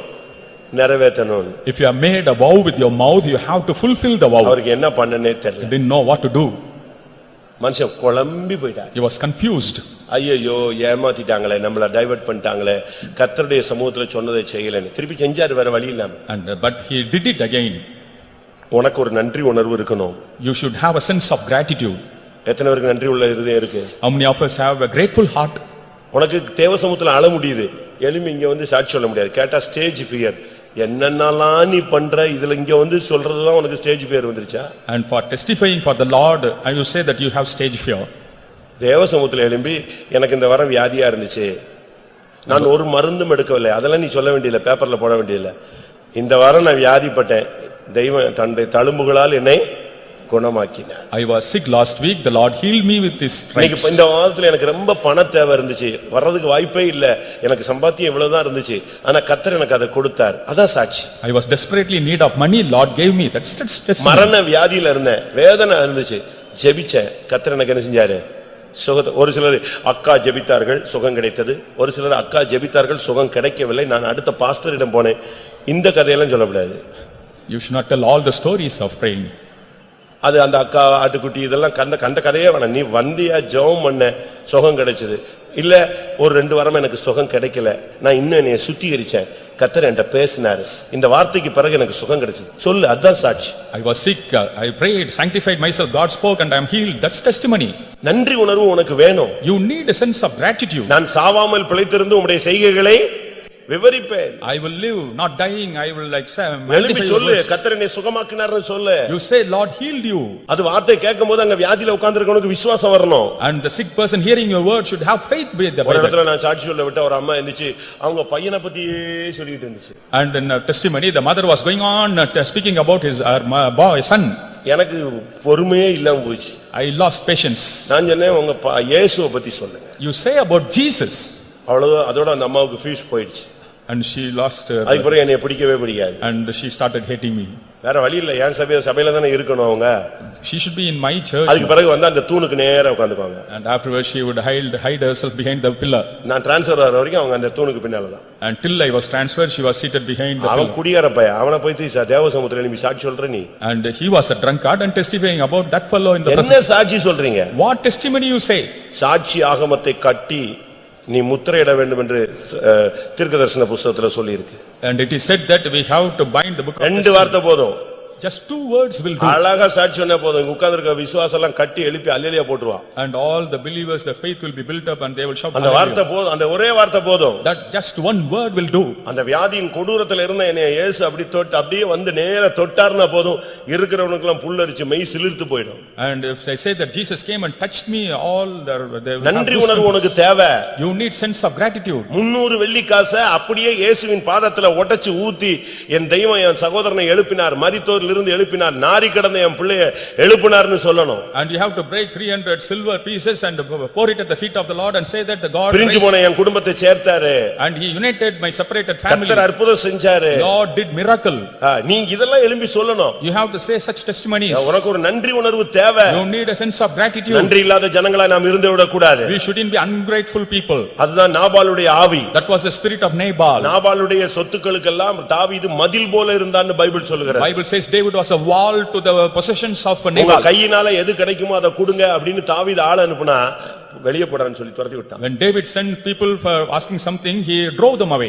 அன்னைக்கு தான் அவனுக்கு இருதயம் கல்லாய் போய் செத்து போனான். His heart became stony and he died. இருதயம் நன்றியினால் நிரம்பணும். Your heart should be filled with கர்த்தர் என்னை gratitude. ரட்சித்தாரே, God saved me, என்னை விடுதலையாக்கினாரே, delivered me, ஒளியில் உள்ள பரிசுத்தவான்களுடைய சுதந்திரத்துல என்னை கொண்டு வந்து வச்சாரே, brought me into the fellowship of the saints in என்னை light. இம்மட்டுமாய் கொண்டு வந்தாரே. He preserved me so நான் far. இருக்கிறது தேவனுடைய கிருபை. It's the grace of God I stand. நீ தேவனுடைய பாதத்துல விழுந்து ஆண்டவருக்கு நன்றி செலுத்தணும். You should fall at the feet of the Lord and give thanks to him. ஜீவனுள்ள நாளெல்லாம் நான் நன்றி செலுத்துவேன். All my lifetime I will give thanks to my ஜீவனுள்ள God. நாளெல்லாம் உம்மை நினைப்பேன். All my lifetime I will remember. எல்லாரும் கண்களை மூடுவோம். Let's all close our இன்னைக்கு eyes. கர்த்தருடைய பாதத்துல சில நிமிடங்கள் நாம் விழலாமே. Let us fall at the feet of the Lord for a while. கர்த்தர் உனக்கு எவ்வளவு நன்மை செஞ்சிருக்கிறார். How many good things the Lord has done. ஒன்றைய மெசேஜ் கர்த்தருடைய பாதத்தில் விழுங்கள். Today's message is fall at the feet of the Lord. கர்த்தருடைய வார்த்தை ஒன்று, நீ கர்த்தருடைய வார்த்தையை கேளு. Listen to the word of the Lord. இரண்டாவது, நீ பாவி என்பதை உணரு. And realize that you are a sinner. உன் பிள்ளைகளுக்காக கர்த்தருடைய பாதத்தில் விழு. Fall at the feet of the Lord for the sake of the children. தோல்விகள் இருக்கிற உன் குடும்பத்துக்காக கர்த்தருடைய பாதத்தில் விழு. Fall at the feet of the Lord for the failure in the family. வியாதி நேரத்துல கர்த்தருடைய பாதத்தில் விழு. Fall at the feet of the Lord at the time of sickness. நன்றியுள்ளவனாய் கர்த்தருடைய பாதத்தில் விழு. With gratitude fall at the feet of the Lord. அப்படியானால் If so, கர்த்தர் உனக்கு முன்பாக அந்த வல்லமைகளை உன் பாதத்தில் விழ வைப்பார். the Lord will make the powers against you to fall at your feet. எல்லாருக்கும் ஒரு 2 நிமிஷம் கண்களை மூடி முழங்கால் படியுங்க. For 2 minutes let us stand on the knees closing the eyes. ஆமென். உங்களில் எத்தனை பேருக்கு கர்த்தர் நன்மை செய்திருக்கிறார்? And to how many of you the Lord has done goodness? எனக்கு தேவை. What I need இன்னைக்கு is, ஒரு வசனம் உனக்கு தேவை. you need one word. கர்த்தருடைய வார்த்தை உனக்கு வேணும். The word of the Lord you need. கர்த்தருடைய பாதத்துல கர்த்தருடைய வார்த்தையை கேட்க ஆசையாய் உட்காருங்க. You should be desirous to listen to the word of the Lord. இன்ட்ரஸ்டா தேவ சமூகத்துல வாங்க. With interest come to the presence of God. ஒரு 3 hours கர்த்தருக்காக ஸ்பெண்ட் பண்ணினா கர்த்தர் 24 hours உனக்காக ஸ்பெண்ட் If பண்ணுவார். you spend 3 hours for the Lord, he will spend 24 hours for you. இரவும் பகலும் உன்னை உறங்காமலும் தூங்காமலும் காக்கிற தேவனுக்கு முன்பாக 3 மணி நேரம் கர்த்தருடைய பாதத்துல விழுந்து கிடக்க முடியாதா? Before God, without sleeping and slumbering, protecting you, can't you fall at his feet for just 3 ஆண்டவர் hours? சொல்றாரு, என் ஜனத்தை என் பாதத்துல வரச் சொல்லு. I call my people to come to my feet. நீ ஒரு விசுவாச வீரனா இருக்கலாம். You may be a நீ faith ஒரு warrior. பரிசுத்தவனா இருக்கலாம். You may be a saint. நீ கர்த்தருடைய பாதத்துல விழ வேண்டிய ஒரு ஆள். You are a person to be fall. அவருடைய பரிசுத்தவான்கள் அவருடைய பாதங்களில் விழுந்து போதனை அடைவார்கள். His saints will fall at his feet and they will learn. நீ கர்த்தருடைய பாதத்துல விழுந்தா வேற எவனையும் தேடி போக வேண்டிய அவசியமே கிடையாது. If you fall at the feet of the Lord, you need not seek others. எல்லாரும் கண்களை மூடி கொஞ்ச நேரம் முழங்கால் படிடுவோம். Let's all close our eyes and stand on the knees. உன் குடும்பத்துல பிசாசு போராட்டம் இருக்கா? Is there a struggle of the உன் devil? குடும்பத்துல வியாதி போராட்டம் இருக்கா? Is there a struggle of sickness in your உன் family? சரீரத்துல மரண வேதனைகள் இருக்கா? Do you have the pain of death? உனக்குள்ள பிரச்சனைகள் இருக்கா? Do you have problems? உனக்குள்ள கவலைகள் இருக்கா? Do you have sorrows? உனக்குள்ள பாவம் உண்டு என்கிற உணர்வு இருக்கா? Do you feel that you have sin in you? கர்த்தர் எனக்கு நன்மை செய்தார் என்கிற நன்றி உணர்வு இருக்கா? Do you have a sense of gratitude in you? ஆம், தேவன் எனக்கு நன்மை செய்தார். Indeed, the Lord did me good. அப்படி சொல்றவங்க எல்லாரும் கர்த்தருடைய பாதத்துல விழுவோம். Those who say you fall at the feet of the Lord. இன்னைக்கு ஒரு தீர்மானம் எடுங்க. You decide today. நான் இனிமேல் கர்த்தருடைய பாதத்துல விழுந்து கிடப்பேன். I will fall at my feet of the Lord. அறை வீட்டை பூட்டிக் கொண்டு கர்த்தருடைய சமூகத்துல கிடப்பேன். Closing the room, I will fall at his presence. Pastor டியூவை கவனிச்ச பையன் சொல்றான். About Pastor Tio, பாஸ்டர் டியூவை கவனிச்ச பையன் சொல்றான். brother who was in charge of taking care of Pastor காலையில Tio. 4 மணிக்கு அவர் பிரைசிங் போலன்னா ரூம்ல முகங்குப்புற விழுந்துருவாரு. If he won't go for praising early in the morning at 4 o'clock in the room, he will fall on his face. ஆண்டவருடைய பாதத்துல முகங்குப்புற விழுந்து கிடந்து எனக்கு பரிசுத்தம் தாரும், எனக்கு பரிசுத்தம் தாரும், என்னை பரிசுத்தப்படுத்தும். மணிக்கணக்கா அப்படியே கிடக்குறாரு. At the feet of the Lord, he will be lying like that and asking for sanctification and holiness. இன்னைக்கு எத்தனை பேர் அப்படி நம்ம பரிசுத்தத்துக்காக, விசுவாசத்துக்காக, தெய்வீகத்துக்காக விழுந்து கிடக்கிற ஜனங்களா இருக்கிறோம்? How many of us fall at the feet of the Lord for divinity and holiness? அவருடைய பரிசுத்தவான்கள் அவருடைய பாதங்களில் விழுந்து போதனை அடைந்தார்கள். His saints fall at his feet and they learn from him. அதனால்தான் கர்த்தர் அவர்களை எல்லாம் உயர்த்தினார், கனப்படுத்தினார். That's why the Lord exalted them and honored them. ஆமா, இன்னைக்கு கர்த்தருடைய பாதத்துல நீ விழுற, இன்னைக்கு வேணா எழுதி வச்சுக்க. நீ கர்த்தருடைய பாதத்தில் விழுந்தால் உன்னை அசட்டை பண்ணினவர்கள், உன்னை அற்பமா எண்ணினவர்கள், உன்னை ஒடுக்கின வல்லமைகள் எல்லாம் உன் கால்ல விழுந்து உன்னை வணங்கி நீ பரிசுத்தரின் சியோன் என்று சொல்லும். If you fall at the feet of the Lord, all those who despised you and insulted you, they will fall at your feet and say that you are holy and the Zion.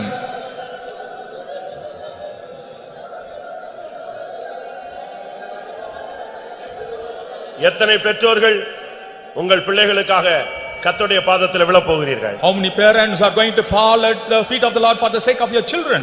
அவங்க மட்டும் கைகளை உயர்த்துங்க. And all such people put up your hands. என் பிள்ளைகளுக்காக நான் இனிமேல் உம்முடைய பாதத்தில் விழுவேன் ஆண்டவரே. For the sake of my children, I will fall at your feet, Lord. ஒரு 2 நிமிஷம் time. I give you 2 minutes. அப்படியே நீங்க சரண்டர் ஆயிடுங்க. You surrender as you are. இந்த கூட்டத்துக்குள்ள உன் வியாதி வெளியே போயிடணும். In this from this meeting, your sickness is going out. எத்தனை பேர் விசுவாசிக்கிறீங்க? How many of you believe that? இந்த பிசாசு உன்னை விட்டு வெளியே போயிடணும். The devil will go away from you. உன் சாபம் உன்னை விட்டு வெளியே போகணும். The curse should go away from you. கர்த்தரின் பாதத்தில் நீ விழுந்து விட்டாய். If you இனிமேல் எந்த வல்லமைக்கும் உன் மேல் அதிகாரம் கிடையாது. If you fall at the feet of the Lord, no power will have authority over you.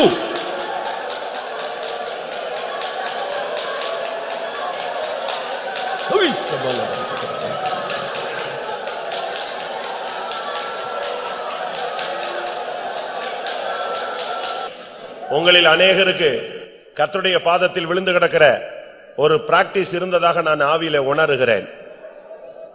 ஆனால் கொஞ்ச நாட்களாக சமீப நாட்களாக நீங்கள் அந்த எக்ஸ்பீரியன்ஸை அநேகர் விட்டிருக்கிறீர்கள், குறைத்திருக்கிறீர்கள், இழந்து போயிருக்கிறீர்கள். அதை ஒத்துக்கொள்றவங்க எத்தனை பேரு?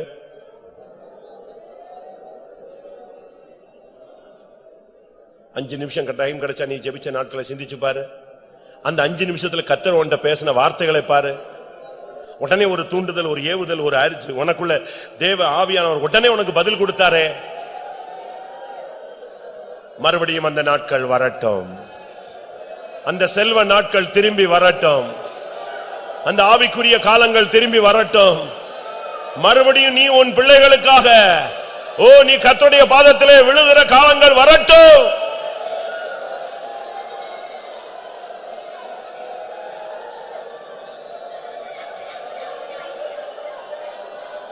செல்வேன் இயேசுவின் பாதம், சொல்வேன் என் உள்ளத்தின் பாரம். செல்வேன் இயேசுவின் பாதம், சொல்வேன் என் உள்ளத்தின் பாரம். மகிழுவேன், மகிழுவேன் அவர் வார்த்தையில் என்றும்.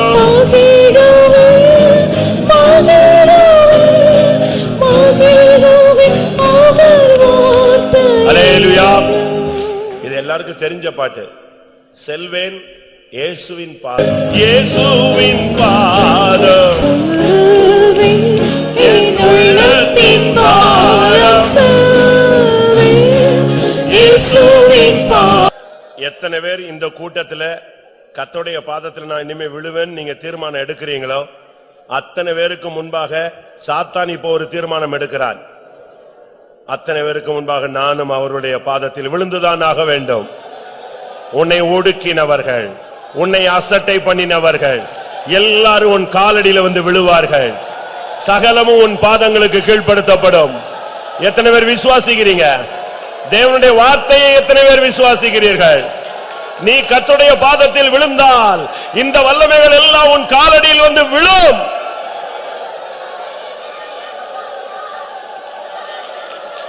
எனக்கு இந்த கூட்டத்தில் மரியாள்களை பார்க்க வாஞ்சிக்கிறேன். நீ ஆனா பெண்ணோ இல்ல, கர்த்தருடைய பாதத்தில் உட்கார்ந்து வார்த்தையை கேட்கணும் அப்படின்னு ஆசைப்படுற ஒரு கூட்டத்தை பார்க்க விரும்புகிறேன். அவங்க மட்டும் கைகளை வைத்துங்க. கர்த்தர் அவங்களுக்கு ஒரு கிருபை தர போறார். அவங்க மட்டும் கர்த்தருடைய பாதத்தில் விழுவார்கள். அவங்களால மௌனமா இருக்க முடியாது. அவன் வெளியே எங்கேயும் போக மாட்டான், கர்த்தருடைய பாதத்தில் விழுந்து கிடப்பான். ஹல்லேலூயா, ஹல்லேலூயா. இந்த ஆராதனையின் நோக்கம் கர்த்தருடைய பாதத்தில் விழுந்து கிடக்கும் ஒரு கூட்டத்தை ஆயத்தப்படுத்துவது.